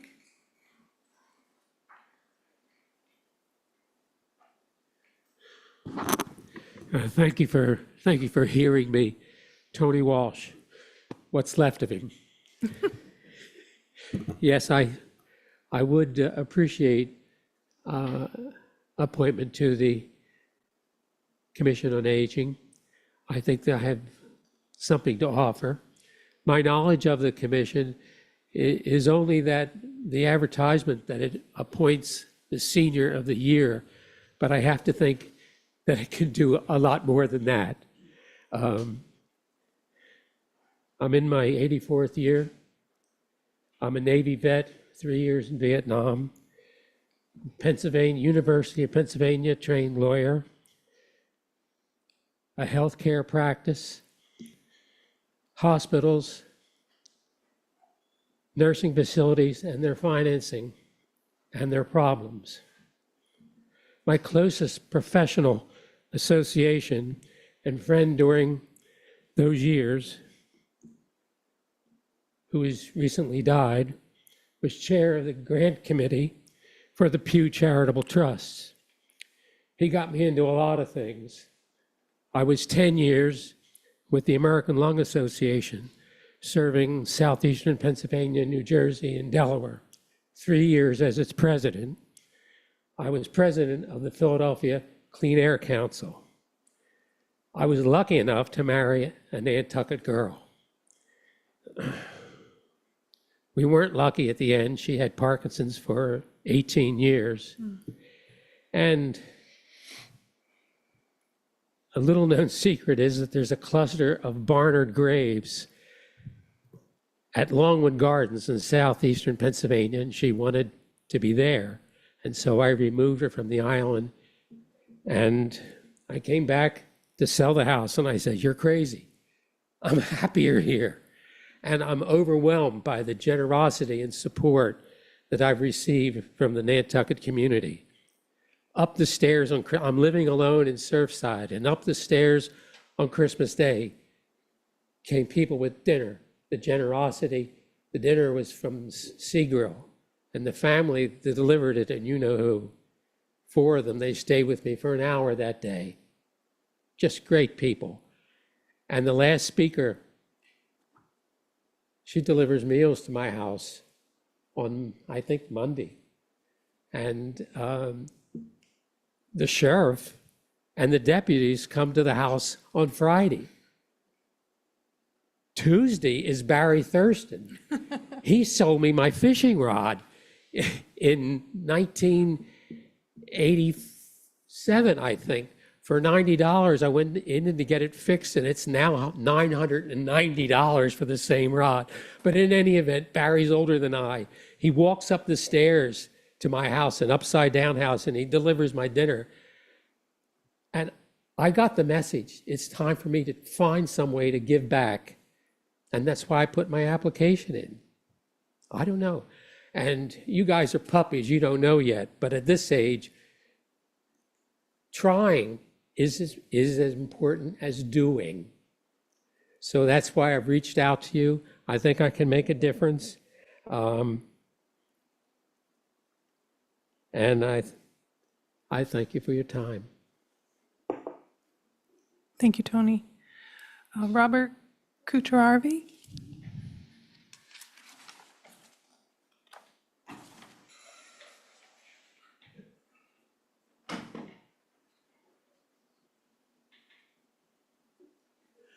Good evening. I'm Robert Kucharvi, and I am seeking reappointment to the Council on Aging. I think I have a very unique position in that I am working at a job for the Nantucket Historical Association, so that every month from October through May, I am visiting 3 senior residences, the nursing home, as well as Saltmarsh Center. And we are bringing to them programs from the NHA as well as artifacts.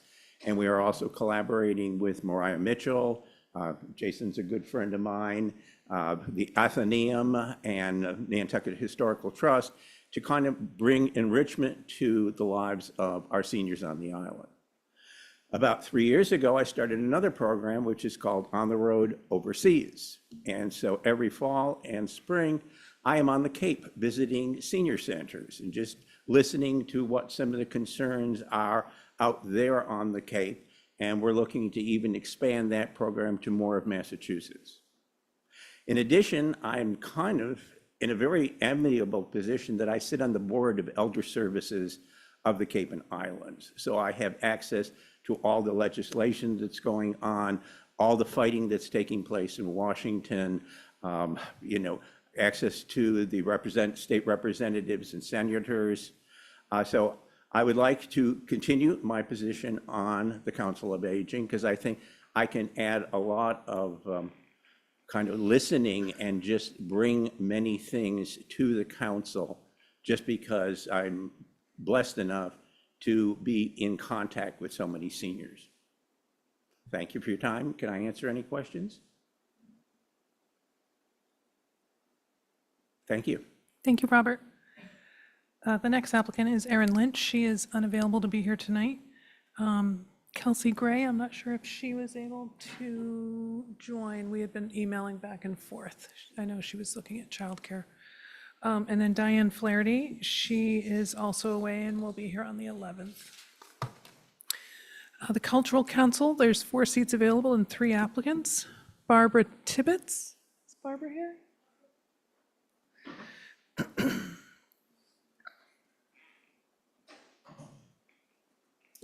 My name is Barbara Tibbetts, as you just heard. I've been working with the Cultural Council for the last, I guess, 2 years, gone by fast. Is it 2 years? 1 year, 2 years? Life's moving along. And I've really been enjoying learning more about what the Cultural Council does and working with Chantal.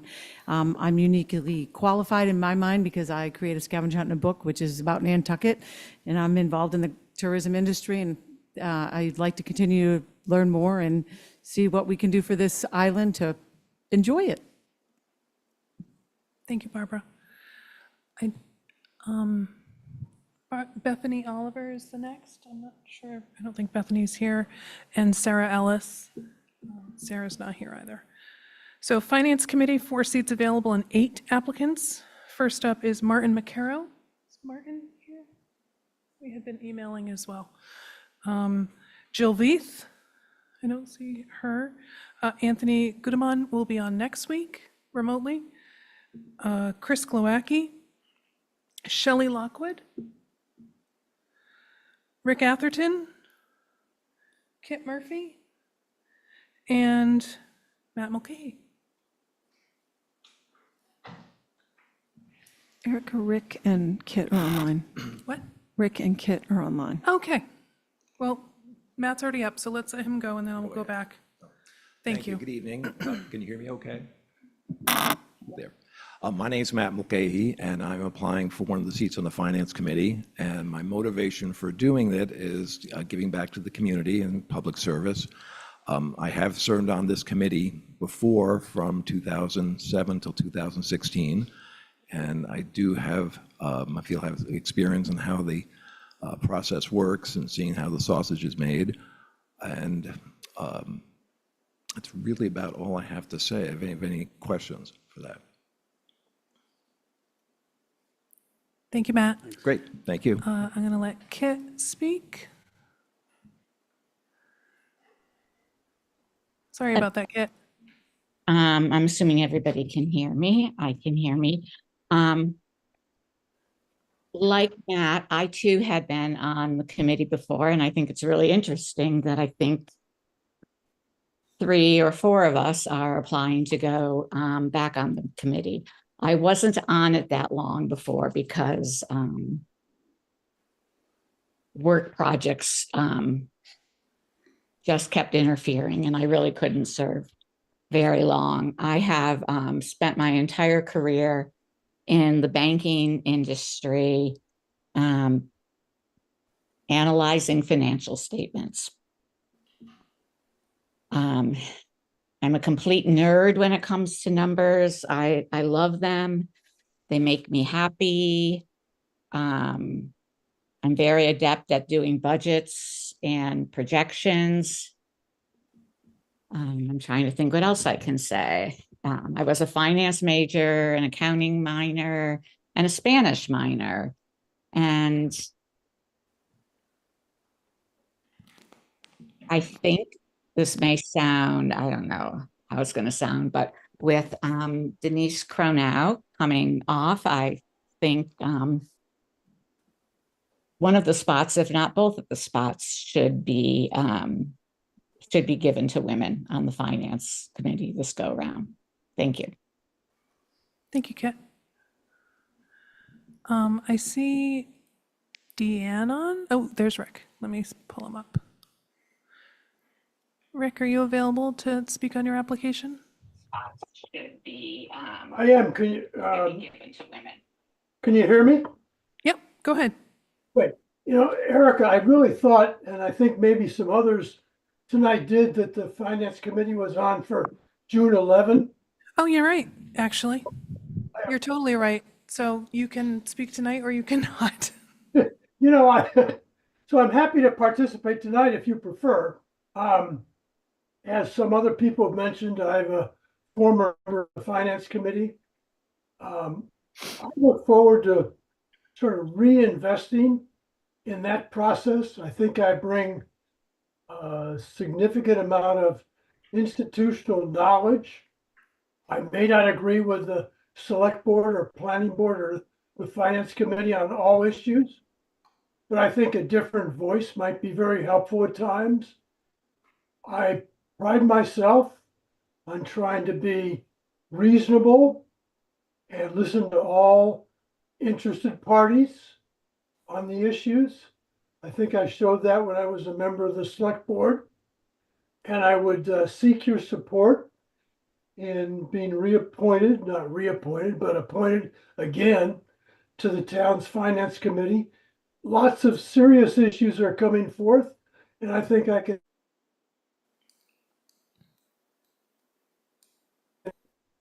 Oh, we lost you. What, you lost me? Just for a sec.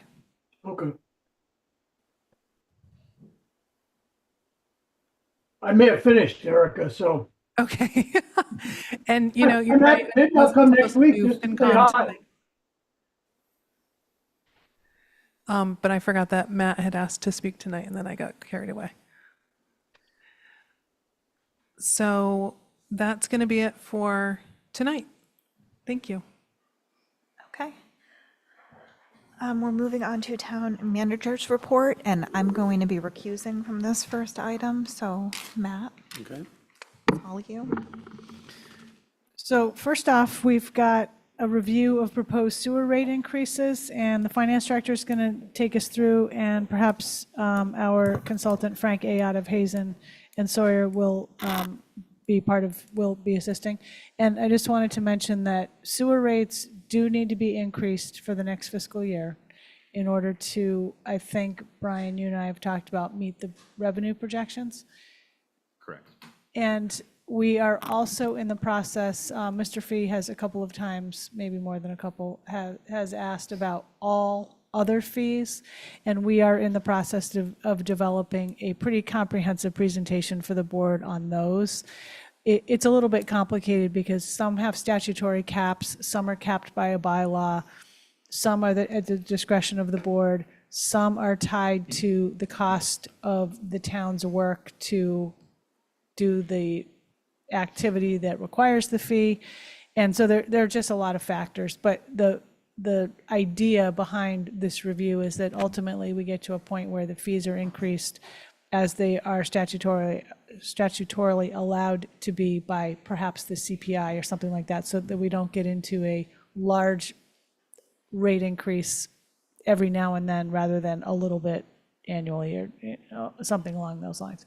So the sewer rates are among the more complicated of the fees in the town, and Brian, I think, will be able to answer questions and present it in a coherent manner. Okay, Brian? Thank you. I'll do my best.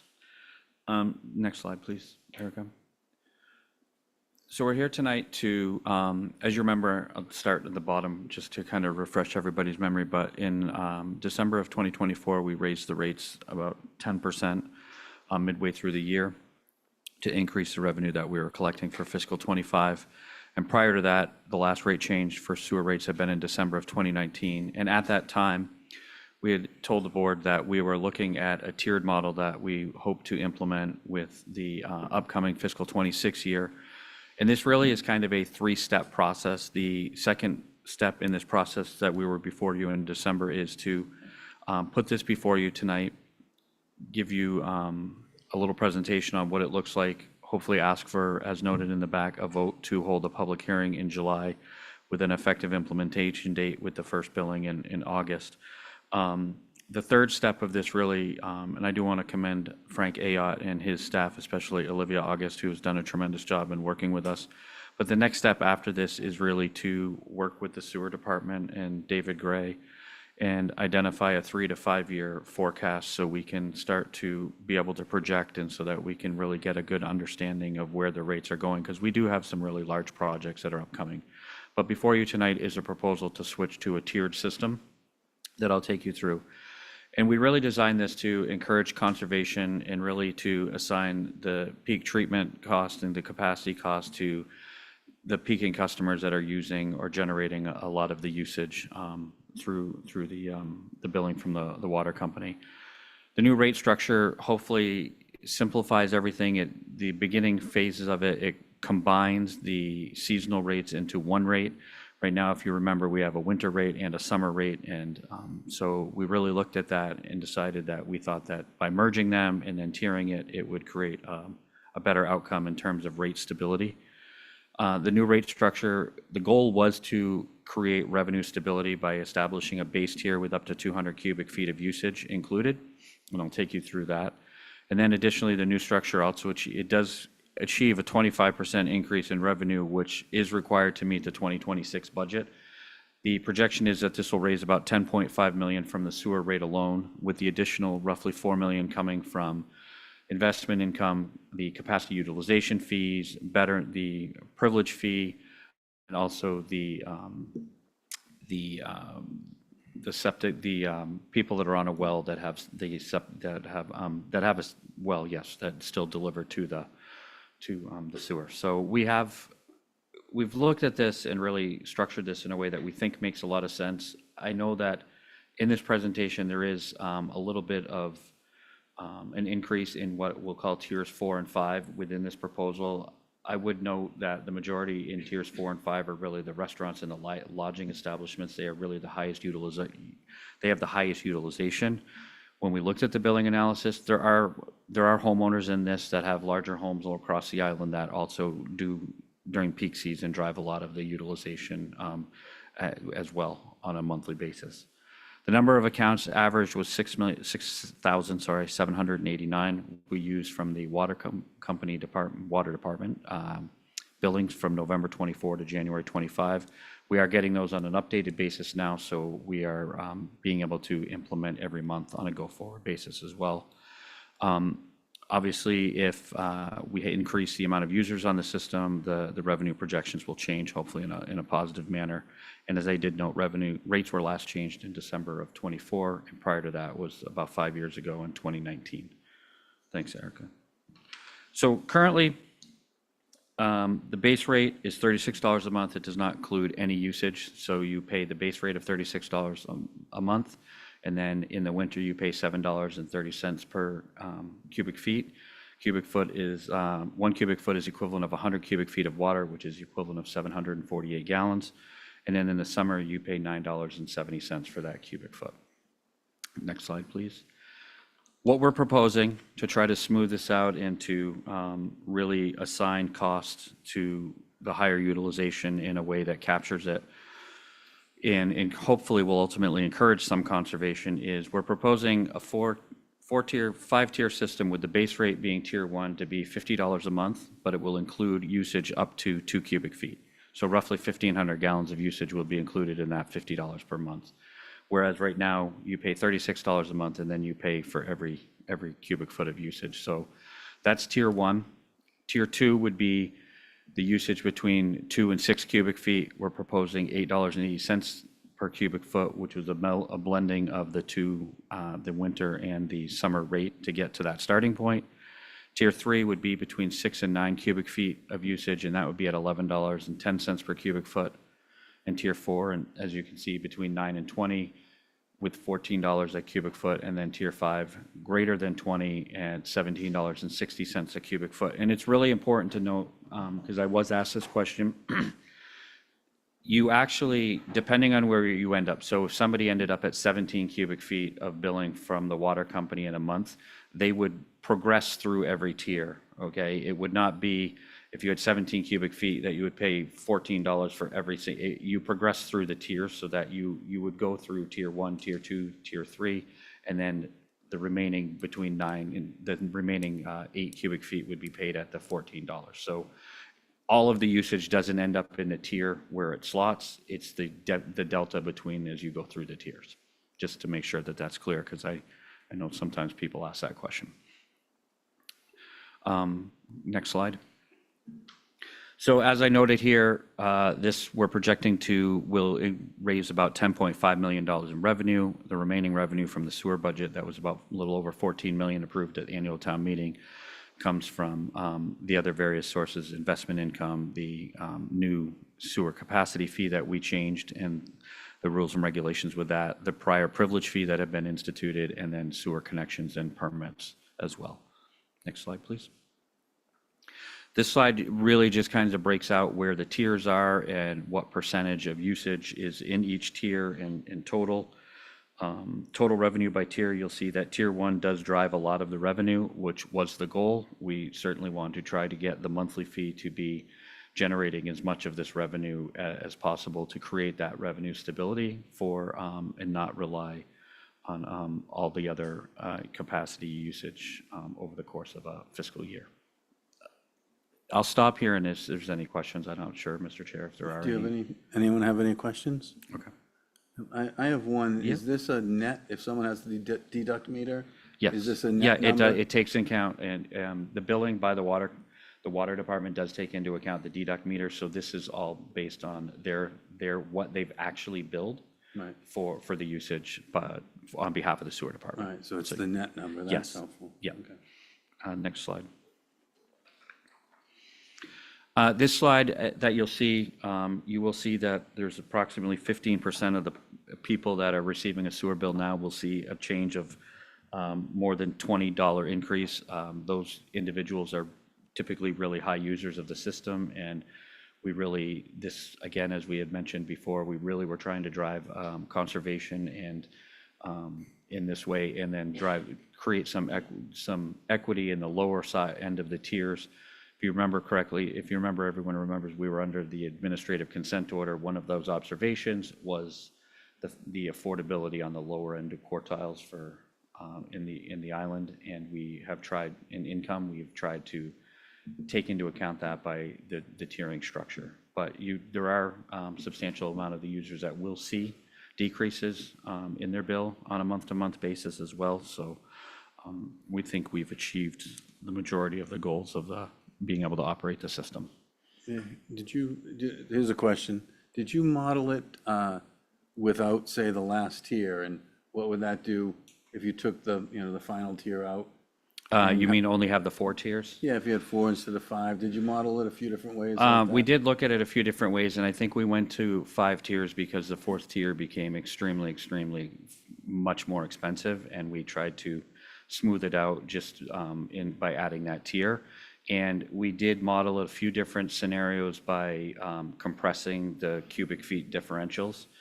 I will note to that point, and that's a good question, is that we can expand the tiers and shrink the differentials or even expand them in different ways as well. This is where we kind of fell because we're not going to solve or make this perfect for everyone. We did the best across the entire system that we could to try to get this to create the revenue generation that we needed. Right. The reason I'm thinking about it, looking at, sort of some people get a bit of a break, which we should do, but maybe that break doesn't have to be as much and put a little less on the top end. I'm just, because I also, I know the long history, and, some of the heavy users are also ones who have had their landfill fees increased in order to do this, and then those are like the only fees that we regularly do cost of living on. And so there's a lot of industries, like Libby mentioned earlier, that I think can also be contributing substantially more than they do. And so sometimes we seem to go after the same few because they're easy, We've got the ability to charge them. And so I'm just I think you're going to have some of them show up in July once this is out there and in the current and everything. So it's a thought. Next slide. And what we did with Hazen's help is we took a bill impact for an average residential customer, extrapolated it over the 12-month cycle, and the average change in monthly sewer bill was right around $3.64 when you average this out over the 12-month fiscal year. Next slide, Erica. And the last slide, we took some examples in each of the first 4 tiers, tier 1, to try to show you what the changes in the bills would be. Obviously, as you get into the higher usage, if you look tier 4 example, the monthly usage at exactly 20 cubic feet, it would be about a $42 increase on a monthly basis, depending on your usage. So we certainly are very cognizant of the fact that is some rather large jumps along the way in this. One thing I would note is that it is very expensive to run a sewer system, and we have some really large capital projects that are being financed within this. And we have some really large capital projects that are coming down the pike, which is the reason we're also looking at a 3 to 5 year to try to project where this is going to go, so we can better prepare everyone in the community for what those costs and what those rates will look like. Matt? Next. Yes. Okay. Brian, do you have any sense of, at the high end of users, obviously conservation saves money, like, are those users in a position to conserve? Given, I would say I'm not entirely sure, but the answer likely is probably not entirely in that position, because the majority of them are the lodging establishments and a lot of the restaurants on the island. There are some high residential users. That could be that they don't have deduct meters, so they're paying for everything that, even if they're irrigating their lawn. So I think there's an opportunity for some, but I don't know that it's going to be a dramatic ability to conserve for some of the entities that fall into tier 5, Yeah, which just- is greater than 20. Just think about lodging and low flow devices and so forth, whether it's incentive to install that kind of stuff. It is, but what we've tried to do is tier the rates to where the utilization and structure it in a way that the entities or the individuals that are creating a lot of demand on the facility itself are paying ratably for that demand along the spectrum as well. And this has been a goal for quite a while. So I'm thankful to not only David and his staff, who did a great job in helping us with some of the numbers of permits and other components that help drive this, but not only to Olivia August from Hazen Sawyer, but Frank Ayotte, who's on this. They've been tremendous help in helping us develop this. They have great experience in doing this across the country, and they've been a tremendous resource in helping us with this. So next slide, Erica. So we're at June 4th, which is a presentation of the proposed structure and proposed rates at this point. Obviously, we're going to continue to refine this and hopefully maybe be able to make some changes based on comments today. Select Board, we would ask that you hopefully would have a positive vote to hold a public hearing. That public hearing would be scheduled for June 9th, and it does need to be advertised for 3 weeks prior, or July 9th. I am terribly sorry. Thank you for catching that, Erica. And then the rate change would go into effect with the August 1st bill of fiscal 26. Any more comments? Do we have a motion? I would move to, Tom, do you want to say something? I was just going to say, Brian, maybe for the public hearing or before, if you could model it with the 4 tiers instead, so we could take a look at it. Sure.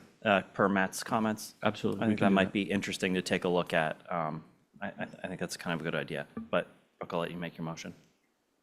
So I'm going to move that we schedule the public hearing for July 9th. Second. All right, all those in favor? Roll call. Brooke? Aye. Tom? Aye. Malcolm? Aye.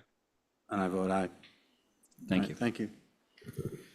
Thanks, Brian. Brian is going to stay there and take us through the Finance Department monthly report. And I just want to mention that, as the board knows, we have slightly restructured these reports to be less about the structure of the department and more about, now that we've gone through a year of these, and more about the projects the departments are undertaking, the challenges, the achievements and accomplishments, and any opportunities for new and better, more effective and efficient operations. So Brian will take us through this. And I think, is Sue online?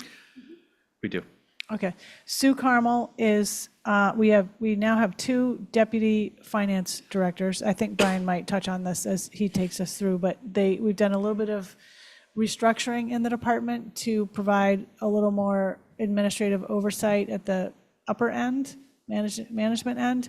So Sue, our deputy, is one of the deputy directors, and our treasurer, Mindy, Ernst Fournier is our other deputy. Mindy is here in person, next to Brian. And I'll turn it over to you guys to take us through the presentation. Thank you. Thank you. So as noted, we're here to give an update for the Finance Department. With me in person, we do have Melinda Ernst-Fournier, who is the Deputy Director, Municipal Finance/Treasurer. And joining us online is Susan Carmel, who is the Deputy Director of Finance as well. Next slide, please, Erica.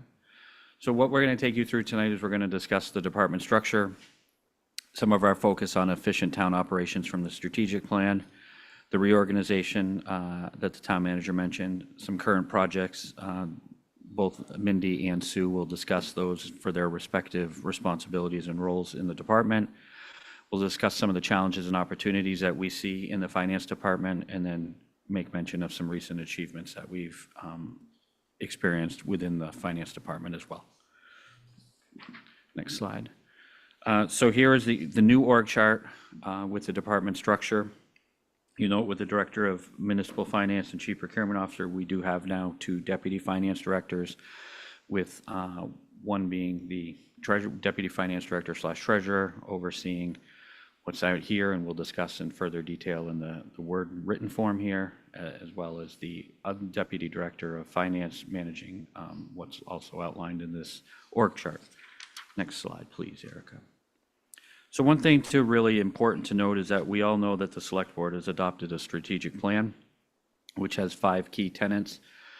Our department in the Finance Department really touches on all those tenets in helping all the departments implement any policy objectives through town administration.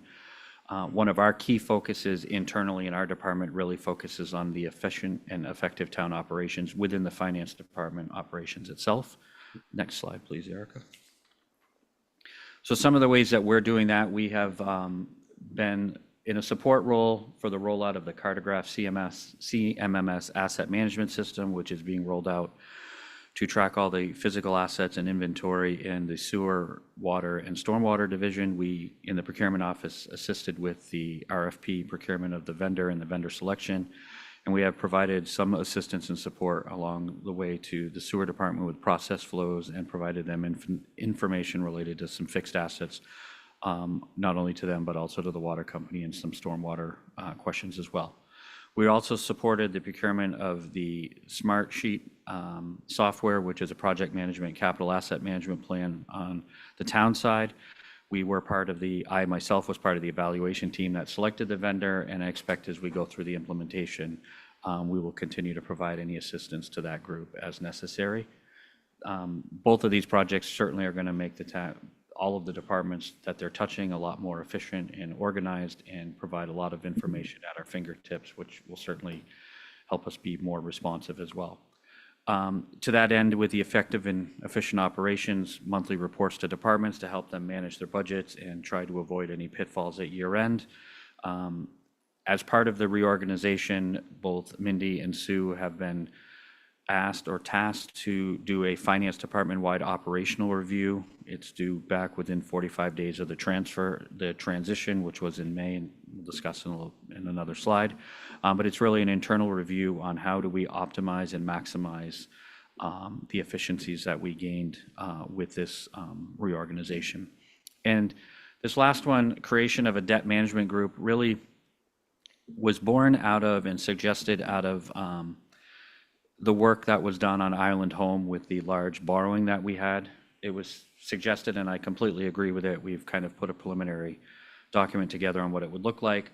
But a lot of the modeling was done specifically by myself with Hilltop Securities. And while I like to believe I have a really good handle on the town's debt and how to model these things, it was suggested that it might be better to put a small group together for some of these large-scale upcoming debt issuances that we have, or projects as we're bringing them into town meeting, to get a wider, broader viewpoint on how to model the debt over how many years to amortize it and things like that. And I actually think it would create some efficiencies, and it would be very helpful. So that's something that I am personally tasked with working on, and have presented a plan to the town manager for discussion.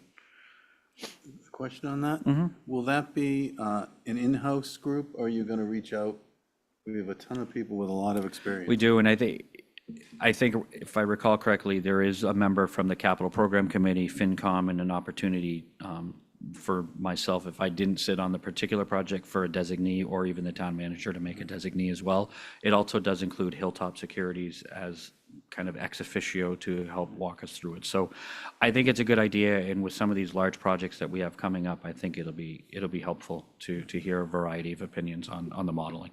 Right, yeah, I think depending on what the project is, we've got some of the top housing guys in the country that live here in the summer. I think there's certain things like that where they do a ton of financial, a ton of modeling that we could be using them.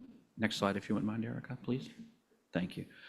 So we've kind of mentioned this. In May, we did a department-wide reorganization, which we changed the reporting hierarchy, creating 2 deputy finance director positions.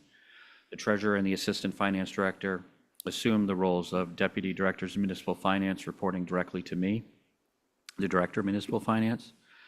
The deputy director of municipal finance treasurer, Melinda Ernst Fournier, assumed the direct oversight and management of not only the Treasury Department, including payroll, but the collector's office, where she does have a lot of experience as well in her previous community, and oversight of the procurement department. I would note I still am the chief procurement officer, so I still am working with the procurement department, but day-to-day questions, operations do now flow through Mindy.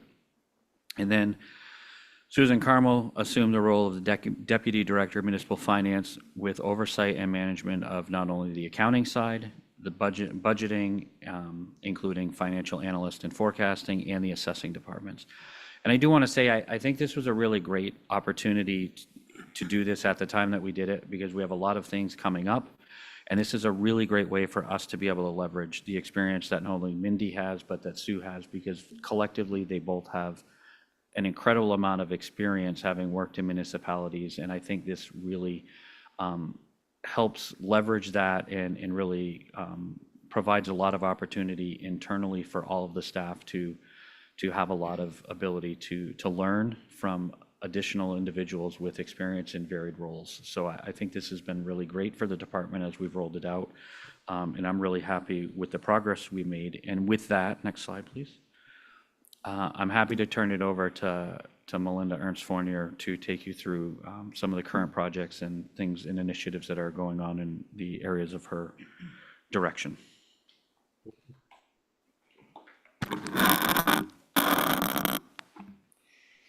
In the Treasury Department, the current projects that we're working on, we process all of the insurance open enrollment changes. The Human Resource Department presents the benefits to employees. We are charged with calculating the deductions, not only for employees, but retirees.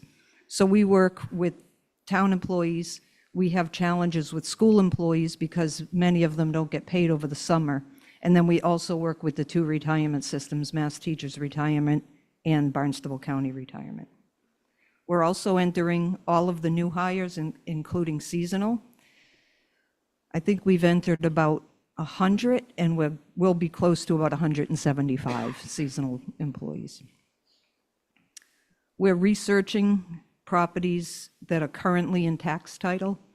Tax title is a term used when somebody hasn't paid their taxes, and then we place a lien on the property. So the collector places a lien on the property, and I'll talk about that a little bit more further down the slide. They place a lien on the property, and then it gets transferred to the treasurer to collect. We currently have about 98 parcels in tax title. Some of them go back to the 80s. About half of them are owned by the town or other town departments, and we'll come back to the select board at some point to dispose of these, to come up with a plan to dispose of these. One of the things that I've been working on for a bit is reviewing the accounts payable payments and outsourcing payment processing. We've all heard about check fraud, people breaking into mailboxes, stealing keys from postal carriers to get into mailboxes to whitewash checks. In the past 12 months, we've issued 11,250 checks, and we've sent 1,214 wire payments. We want to expand electronic payments But it's very difficult because there's so much fraud out in the marketplace right now. Our bank, Citizens Bank, is working with a vendor that we can send our files to this vendor and they'll issue the checks. They've issued over $8 billion in payments and they've had no fraud, zero fraud.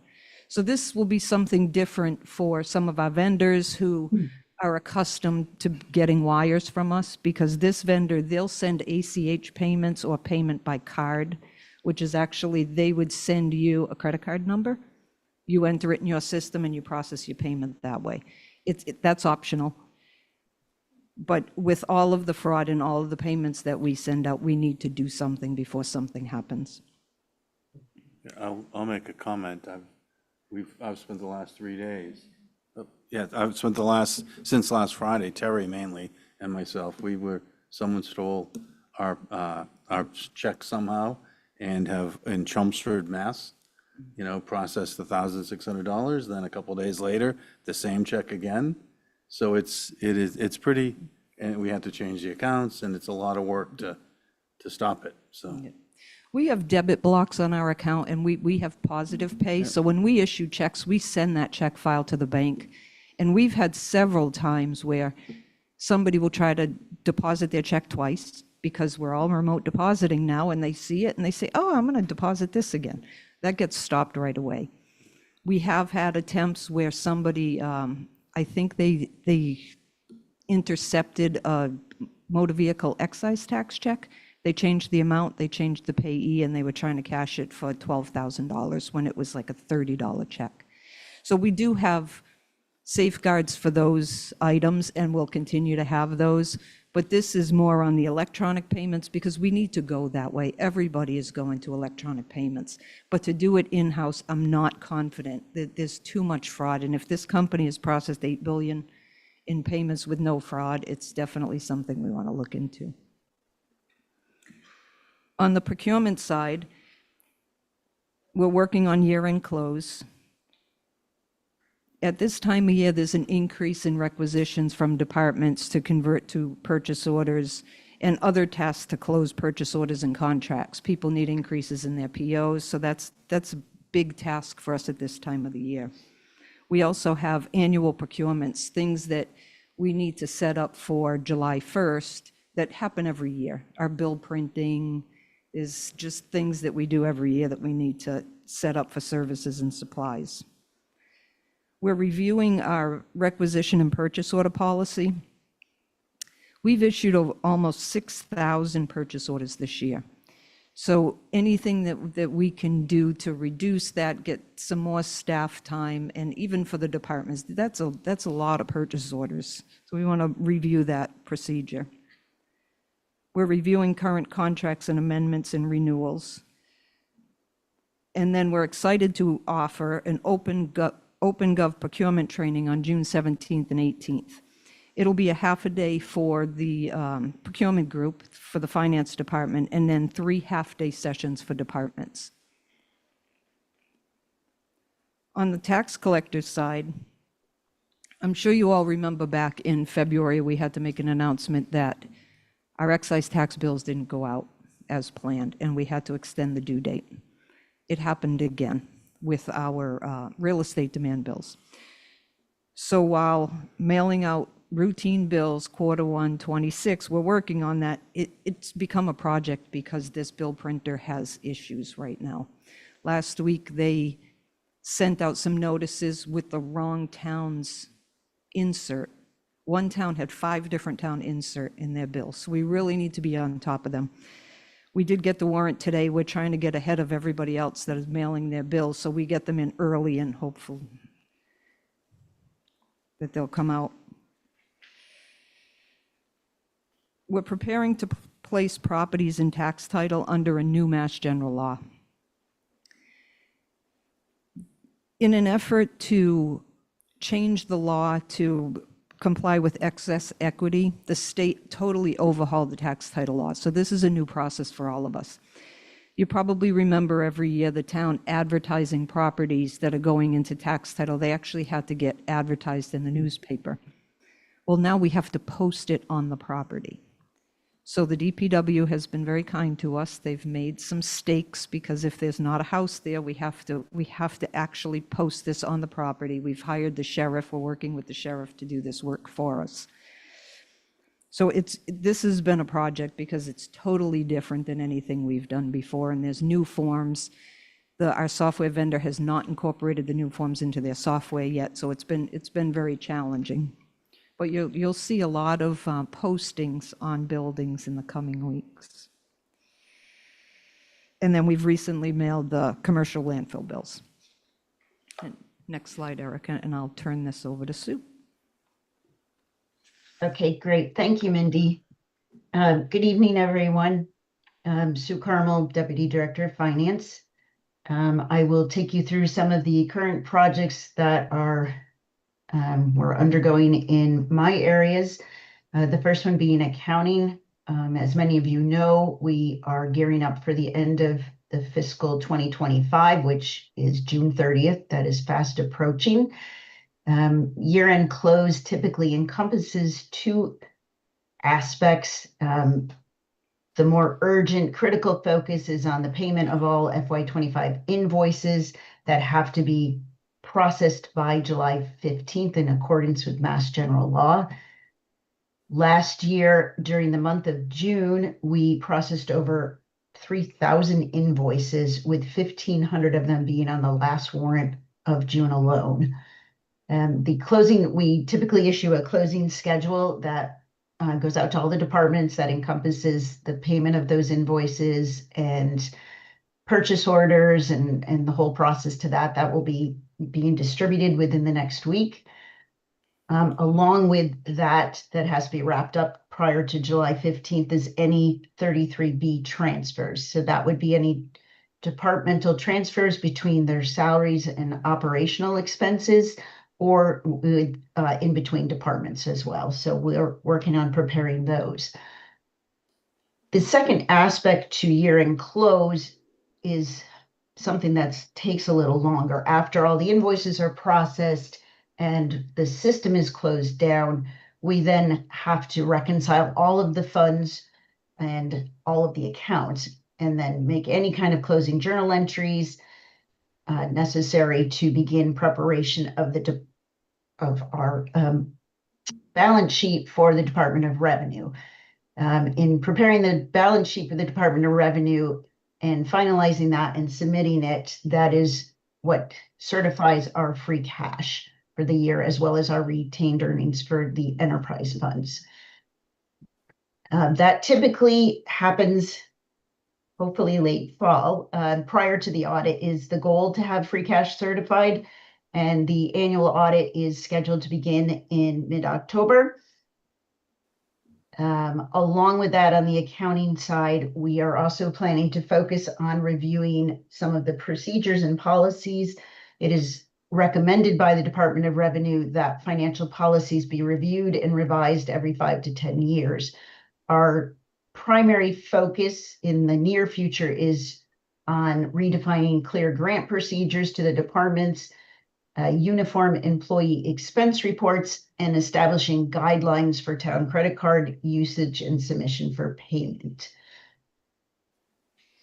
In the assessing department, as Mindy touched upon, the FY26 preliminary real estate and personal property commitment was processed earlier this week and turned over to the collector's office for the printing of the bills.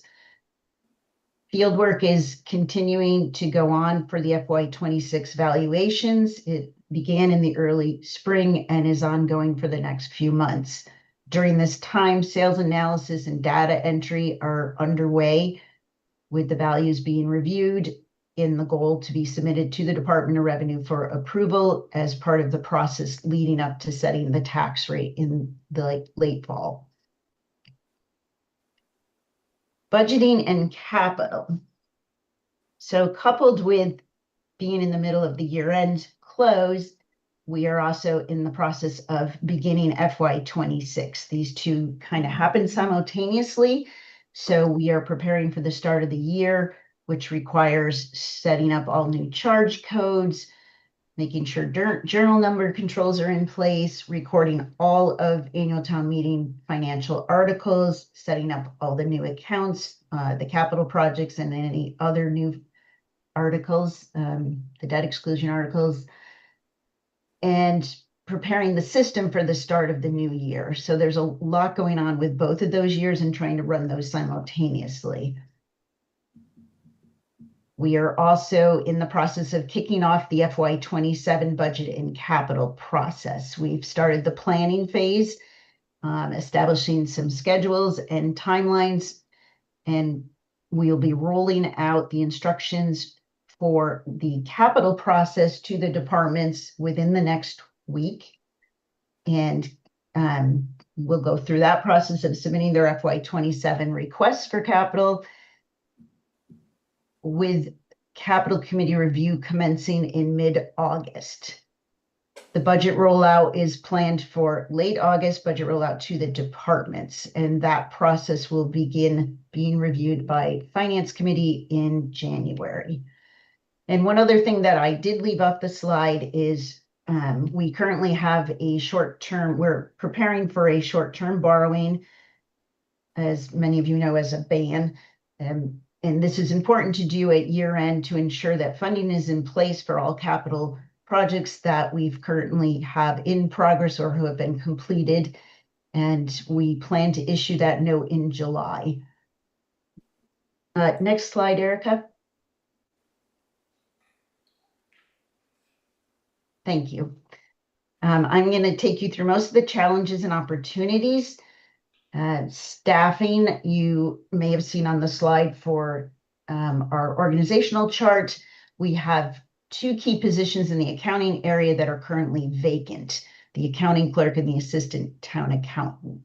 The accounting clerk position has been posted, and the applicants, the period for applying just closed the other day.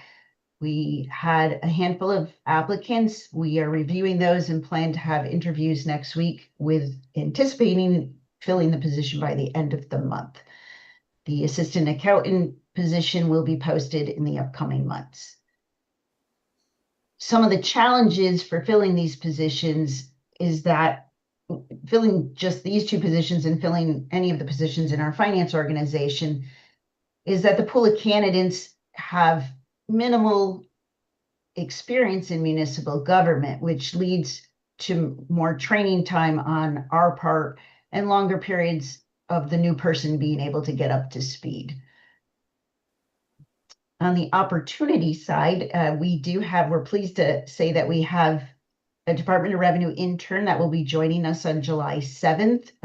The Department of Revenue created a fellowship program for college students to help bolster interest in local government.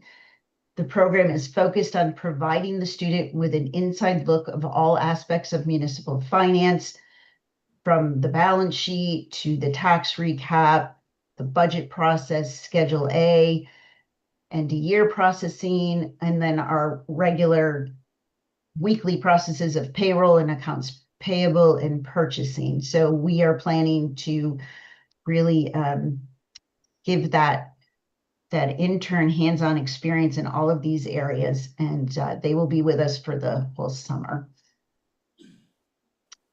Cross-training is something that we have recognized as incredibly critical, and we have placed quite a bit of priority on that to ensure the operations in the finance department continue to run smoothly. I am going to turn it back over to Mindy to speak to the modernized collector's office procedures. One of the opportunities that we see is to modernize the collector's office procedures. We had a long-term collector in that office who retired in 2019. Since then, we've had 3 collectors. And while one was the assistant collector for many years, it was during COVID, nothing changed. So there's real opportunity in that office to update our policies and procedures. We need receipt printers in the office. We don't use a receipt printer. We should have scanners to be able, you come in to pay your bill, we should be able to scan the bill. municipal lien certificates. We issued over 300 municipal lien certificates in the past 12 months, and they're done manually. So they look up the bill, and then they transfer the information to the municipal lien certificate. I started in municipal government in 1996, and we were using our system to print those back then. There's a few things that need to be corrected because the current tax collector and the prior, I had mentioned this, and they've tried to get this going, but there's something that they need to work out with the software vendor. But I'm going to make that a priority because that's going to save a lot of time in that office because they are doing those manually now. And then just training. I encourage the current tax collector to attend training. Some of the Massachusetts Collector and Treasurers Association, they hold training a couple of times a year. There's an annual school that she will attend for the second year this year. And any of the other trainings, I'm part of the association, and I encourage her to attend any that she can. But there is, and having been a collector, I'm trying to help her through some of these things that she hasn't seen before, like this tax title process, but it's new to both of us. And with that, I'll turn it over to Brian. Next slide. Thanks, Erica. So in conclusions, just some recent achievements. We issued debt in permanent financing in March of 2025, and Moody's did reaffirm the town's AAA bond rating. We're still one of only 14 communities to have the AAA rating with Moody's, which we take great pride in that, in their reaffirming that rate. Fiscal 24 audit was completed, and a few weeks ago, on May 14th, you actually had a presentation by the auditor from Tony Roselli from Roselli Clark and Associates. The management letter identified no material weaknesses in it. It did make some observations, which we are working on addressing. And the audit and subsequent report was submitted to the GFOA to start participating in their Act for Award program again. Something that I think is a really great achievement that we've managed to roll out, and I want to commend Mindy for this, is the implementation of electronic pay stubs so that employees can get them directly to their email rather than having to get them printed. And I think this is it's going to reduce the amount of paper that we're using, and I think it just makes it a lot easier because they're there, and if you can't find it, you can just go into your email to get it, which I think is really great. And then the other one is Mindy and Sue worked really hard on this, but there was a lot of manual payroll entries. This was a lot more on Mindy's side. But we worked really hard to be able to configure Munis to eliminate those, that the system is doing a lot of those, that it really cuts down on human error, which makes reconciliations and everything as we go through a year-end close much simpler. So with that, I'm happy to answer any questions, or Mindy or Sue are certainly happy to answer any questions as well. But I want to commend the two of them for taking on these roles and really embracing them and really trying to mentor the staff and work with the staff. And I think it's been a great reorganization, and I think it's going to really lead to a lot of more future positive outcomes, not only in the finance department, for all the departments in the community as a whole.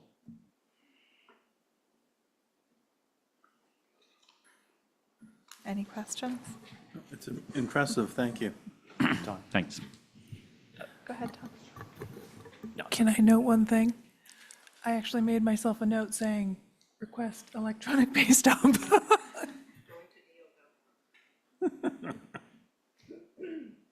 Thank you very much, Brian, Mindy, and Sue. Really excellent presentation, and thank you all, Finance Department. Fire, we've got Chief Cranston, as well as Deputy Chiefs Esposito and Vamosi to give their presentation. Chief? Thank you, Libby. Thank you, everyone, for having us here. Mike Cranston, I'm the Fire Chief. With me tonight, I have Deputy Fire Chief Nick Esposito and Deputy Fire Chief Tim Vamosi. We're going to give you a brief breakdown of what we've been working on in the fire department over the last, for fiscal year 25. So a quick agenda is just a brief overview of the department structure, some key functions within the department, key projects that we've been working on, some projects that we've been able to complete and recent achievements, and then the challenges that we've been facing ongoing and over the last fiscal year. You can go to the next slide, please. So this is just a table of organization, starting with the select board and the town manager, deputy town managers, and then the fire chief and the 2 deputy fire chiefs.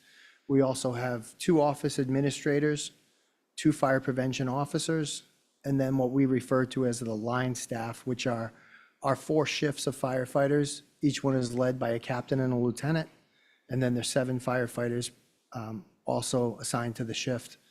Right now, the shifts each have 1 paramedic assigned to them, and then 2 of the people, one of the deputies and myself are also paramedics. So we've increased our numbers in paramedics from 4, I think, a year ago, up to, 5 a year ago, up to 7.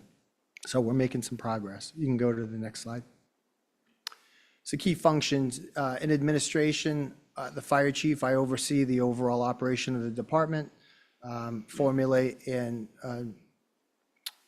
and work the budget. The 2 deputy chiefs are in charge of training, different areas of training, one being EMS and administration, and the other being fire training, vehicle and equipment maintenance. We have an office manager and an administrative clerk. The office manager is in charge of a lot within the department, paying the bills, ordering supplies, dealing with personnel issues that come up that need administrative help.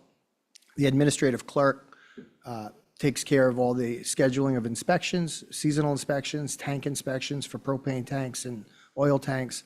And then the 2 fire prevention captains, one is in charge of everything that has to do with residential, whether it's construction or there's a transfer of the property and inspections need to be done, or there's installation of tanks. The other one is in charge of commercial property that has to do with all the inspections, pre-construction plan reviews, and everything else that has to do with commercial properties. And then when, like I said earlier, we have the 4 shifts of line staff. So now I'm going to turn it over to Deputy Chief Nick Esposito, who's in charge of the vehicle and equipment maintenance and our fire training. Deputy. Thank you, Chief. Good evening. When it comes to training and maintenance, much of what I oversee is driven by state and federal regulation, as well as NFPA standards within the industry. The monthly training program, we try to focus on building and maintaining core competencies for all of our staff personnel, while focusing on increasing proficiencies as well as teamwork. We've got a fair amount of new employees, so new employee onboarding has been very important, seeing them through their probationary period and working with them so they can achieve the required checkoffs for their permanent status. We're always mindful of industry trends as well as new hazards, and in particular, lithium-ion batteries and electric vehicles have been at the forefront. We also try to team up with community partners such as Island Energy, National Grid, and the airport as much as possible to try to expand our training opportunities. We have a call department that's 19 members, and we do basically 1 nightly drill per month.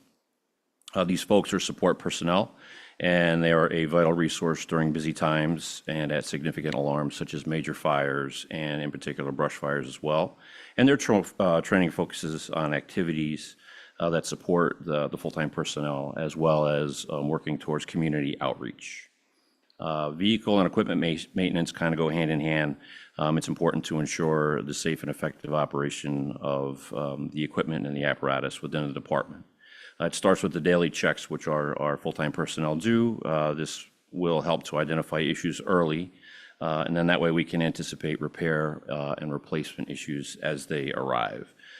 This goes hand in hand with preventive maintenance, so we're constantly making sure that we're keeping up on that equipment and then identifying any problems that may arise early. When it comes to repairs, we try to do as much as we can in-house. Our personnel are very receptive to that and quite resourceful.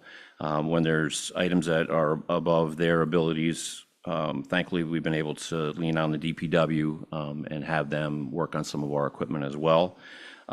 When they're not allowed to because of time constraints or whatever, sometimes we lean on local vendors to handle some of the more mainstream items. But we do rely heavily on our off-island fire equipment mechanics. They come to see us periodically, and then sometimes we do send equipment to them. And then, of course, anything that's newer, we try to work through warranty repairs as well. Record keeping here is very important because what it does, it allows us to track those issues and anticipate any needs, and then it can assist and help with planning and budgeting as those problems arise. Being a heavy regulated industry, annual testing is quite important, and so we're constantly annually going through testing hose, our ladders, the air packs that the firefighters wear, the compressor that fills those air cylinders, the fire apparatus pumps, and as well as the Massachusetts vehicle safety inspections all have to be done on a regular annual interval. And this helps us to maintain compliance and assist with identifying those issues early again, and again, helping with budgeting. Thank you.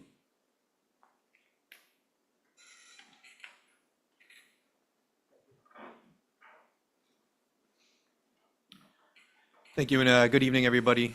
Through you, Madam Chair, members of the board, Administrator Gibson, and members of the public, thanks for having us tonight.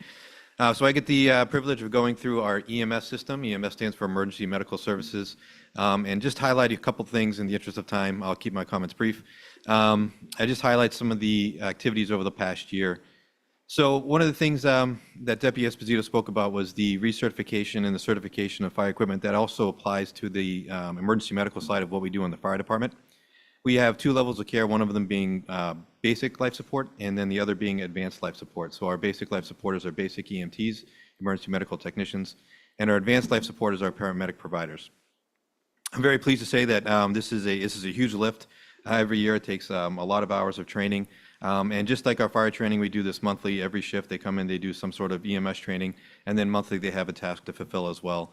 This is regulated by the Office of Emergency Medical Services, known as OEMS, under the Department of Public Health, and they regulate the requirements for those things. So some of those requirements include what you see up there, ACLS, which is Advanced Cardiac Life Support. This is what gives our members the ability to work at a very high level of medicine as healthcare providers. They get to go out and work things such as cardiac arrest at the same level or similar level as they would as an emergency department. So they meet those expectations, but we worked hard to even exceed those, and we had all of our paramedics certified in pediatric advanced life support as well, which is very important because it's a vulnerable population in our community. So we prioritize that as a training effort and was successful in that. As well as that, the BLS CPR, we were able to recertify the entire department on that as well. We have 3 certified CPR instructors.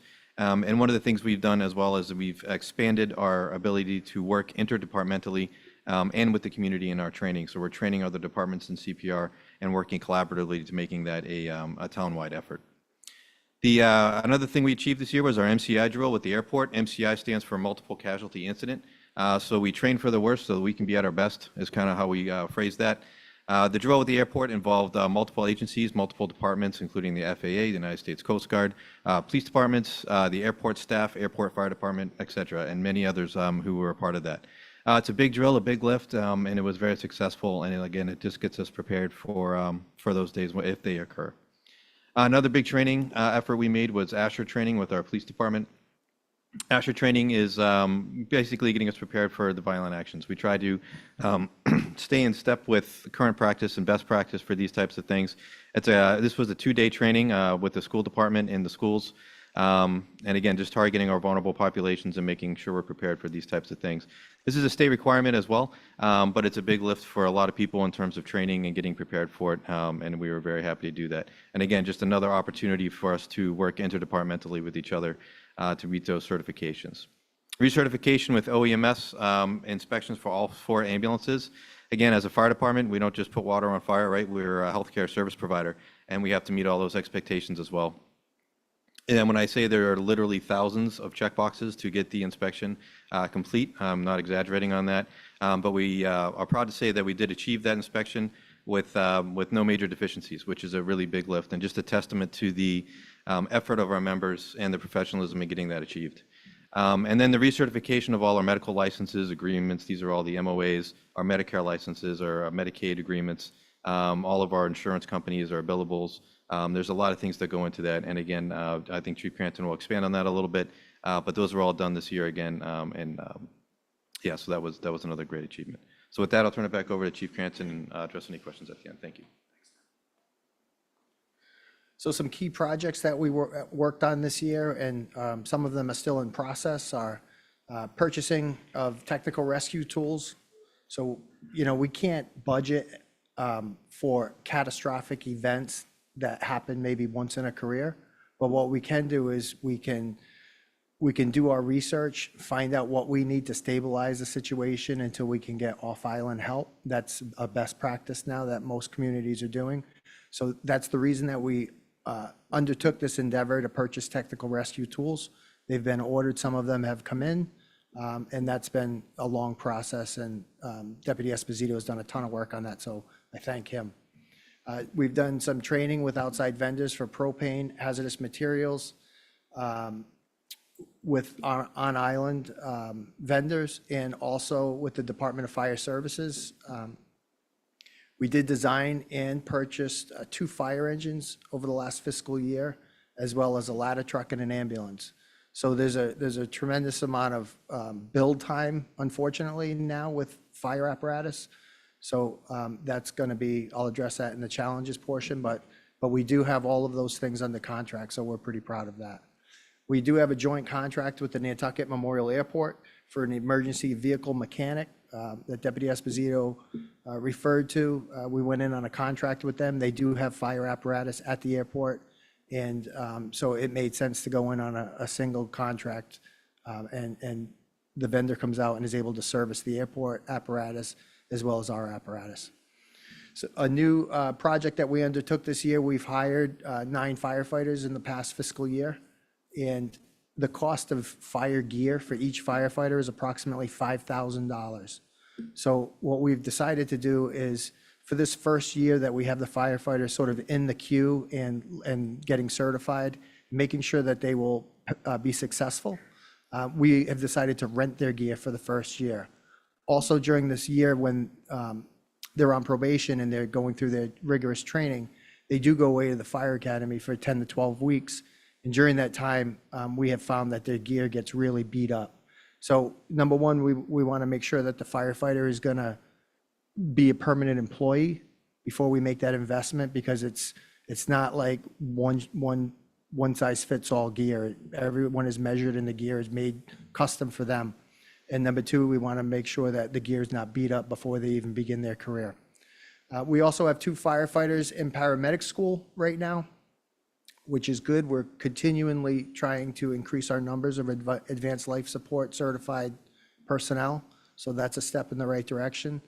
We've done some collaboration with Nantucket Cottage Hospital. They do have a simulation lab that their healthcare providers use with very sophisticated mannequins to provide training. And these mannequins, you can actually like put electricity through and start intravenous lines, IV lines on, and give medicine, and you'll see results come over a computerized screen. So we've been fortunate enough to partner with them and use that facility for our own training. Our medical director is a physician who works out of Mass General and Nantucket Cottage Hospital. He's been very instrumental in helping our paramedic program move forward. He's actually coming to the fire station at times and riding on the ambulances with our people, increasing our training and giving him a fresh perspective of the difference between being in an emergency room and being in the back of an ambulance or in somebody's home trying to provide the same level of care. So that's been really good for the department and for the overall performance of our people. We're in the process of rebidding our EMS billing software. We feel like it's important to make sure that we're keeping up with the latest trends and technology when we are putting our medical reports together so that we can capture all the billable services that we provide. So we're in the process of doing that. And we are also collaborating with the Nantucket Harbor Master's Office, and we're extremely appreciative to both the police department and in particular to Sheila Lucy and her staff for training that we've been conducting on a new marine vessel that we just took delivery of.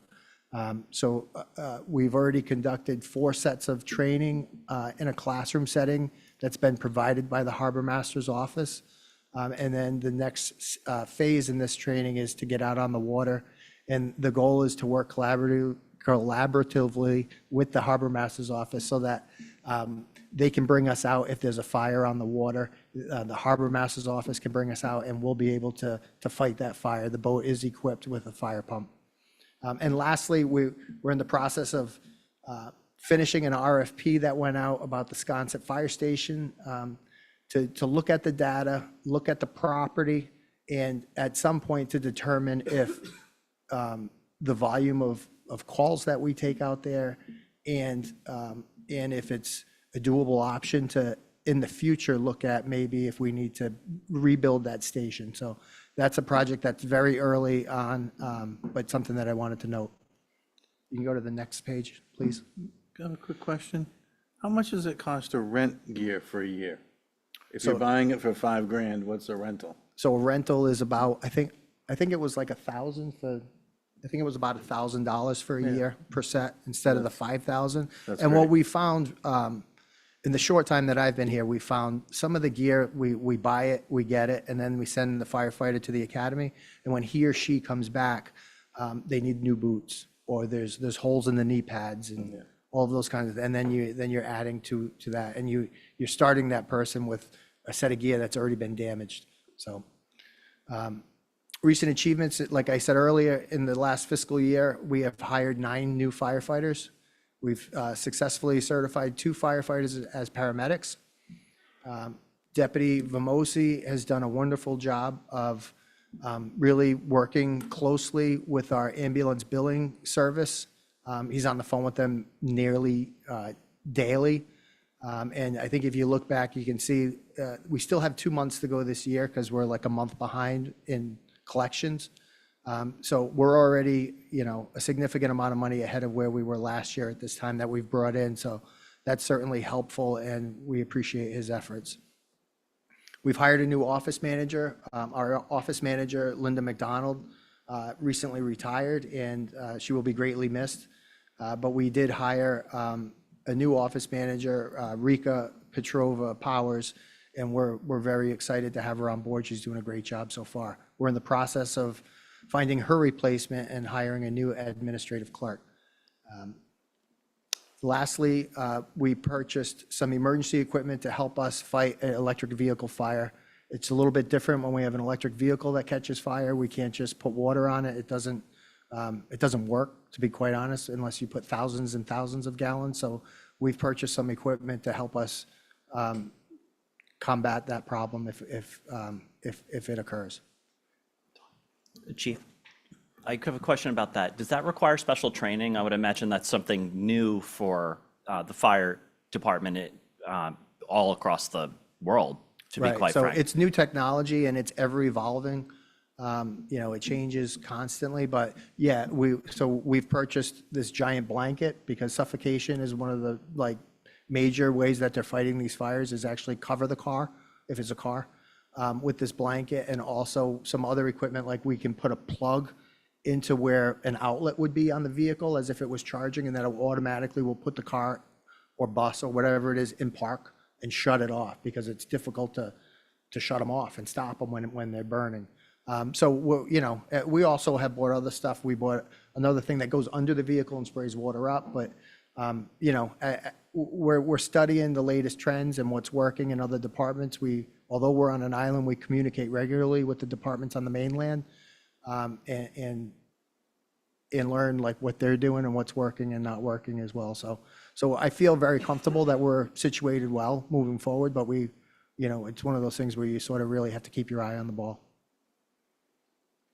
Matt, did you have a question? I was gonna ask, do you throw a blanket over it? And my wife just bought, for the employee dorm, she bought these red things you can throw over a fire. Right. Same sort of thing. It's amazing.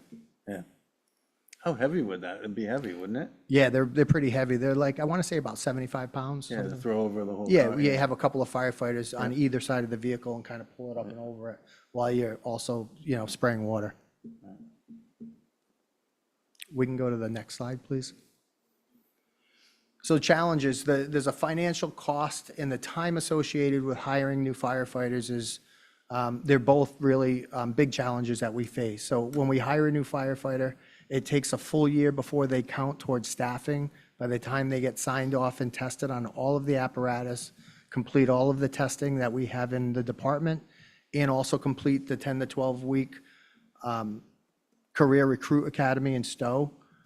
And so although they're working and they're hired and they've been here for almost a year, they still don't count as staffing. So what that does, it goes to the next bullet and it affects our overtime.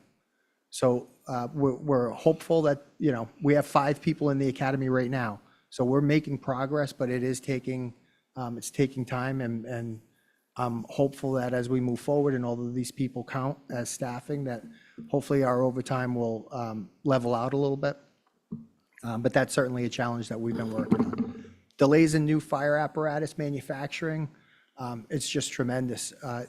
So we had a few things that I think factored into this. There was a consolidation of all the fire apparatus manufacturers. So there used to be like, I would say probably 100 fire apparatus manufacturers in the country. I think now there's like 3. So they consolidated, and then once they consolidated, we had the pandemic. Once the pandemic struck, we couldn't get semiconductor chips. But during all of these things, nobody stopped taking orders. So we have this tremendous backlog of orders. So having the 2 fire engines ordered, we were given 3 years for a build time for each one. The ladder truck that we just ordered, we have a 4-year build time for that. The ambulance we've ordered, we have a 2-year build time on that. So, the challenge is that our fleet is getting older and our maintenance costs increase as they get older. But I think that Deputy Esposito in particular has done a great job of making sure that we're doing all the preventative maintenance, getting all of the testing done that we need to keep everything in a tremendous state of readiness so that we can execute anything we have to. Compliance with OEMS regulations, so that's our state emergency medical protocols. They just change, the state will decide to change something, and we as a department have to pivot. We have to change the way we do things, buy new equipment, sometimes it's an unfunded mandate. Last year, we had above normal drought conditions, so that triggered some wildfire concerns for us. So we were working very closely with the Department of Conservation and Recreation to make sure that we were doing some public outreach, making sure the community members knew how to keep their property safe, keeping brush away from their homes, and just, using good practices. Response to downtown flooding is always a concern. We do have a high water truck that we use, and it's been very successful in the couple of times I've had to use it since we've been here. And then lastly, our fire prevention officers, that's probably the busiest office in the entire department, between inspections and tank installations and pre-construction plan reviews.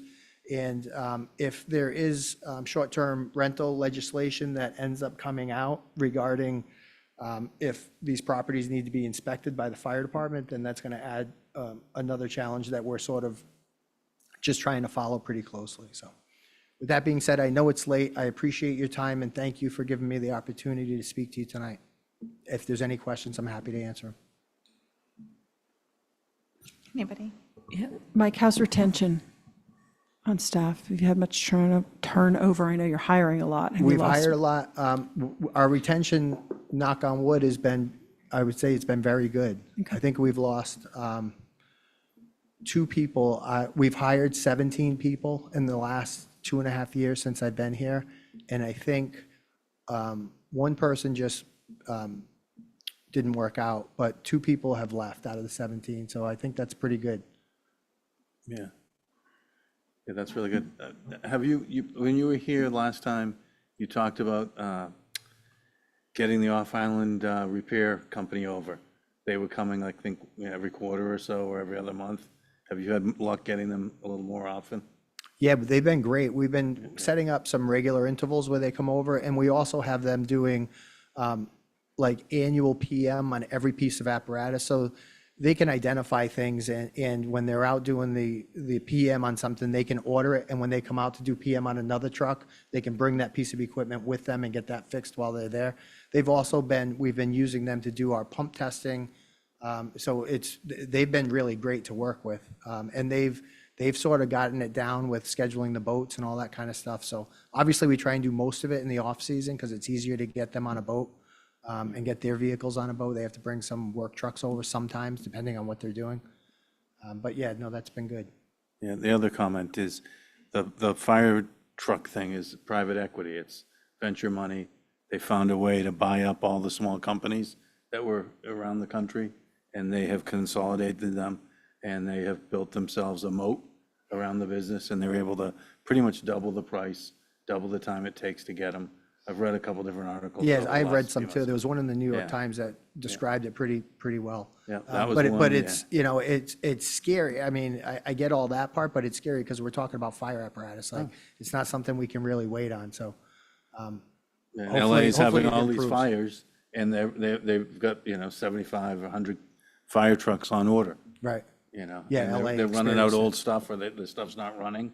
There are people building new buildings, so they don't have any trucks to put in it. But I will say that we're very well situated. The apparatus we have is not ancient, and it is all in working order, and it's passing all the tests. So we're in good shape, but certainly it would be nice to get them a little quicker. Yeah, Thank you. thanks. Thank you very much. Are there any committee reports? Just one comment on it earlier. I think a lot of we talked about water, are people doing that? When you do the mass save, they'll give you the hot, low flow toilet heads, and they'll advise you to get a different toilet, et cetera, et cetera. I know a lot of the businesses have actually done that, so I'm not sure, they'll look at dishwashers, they look at all your equipment and sort of make recommendations, because that helps in your energy use. So I know a lot of them have done that already, but, okay. Is there a motion to adjourn? So moved. Second. All those in favor by roll call, Matt Fay. Aye. Tom Dixon. Aye. Brooke Moore. Aye. Malcolm McNabb. Aye. And I'm an aye. That carries unanimously. See you all tomorrow at 9.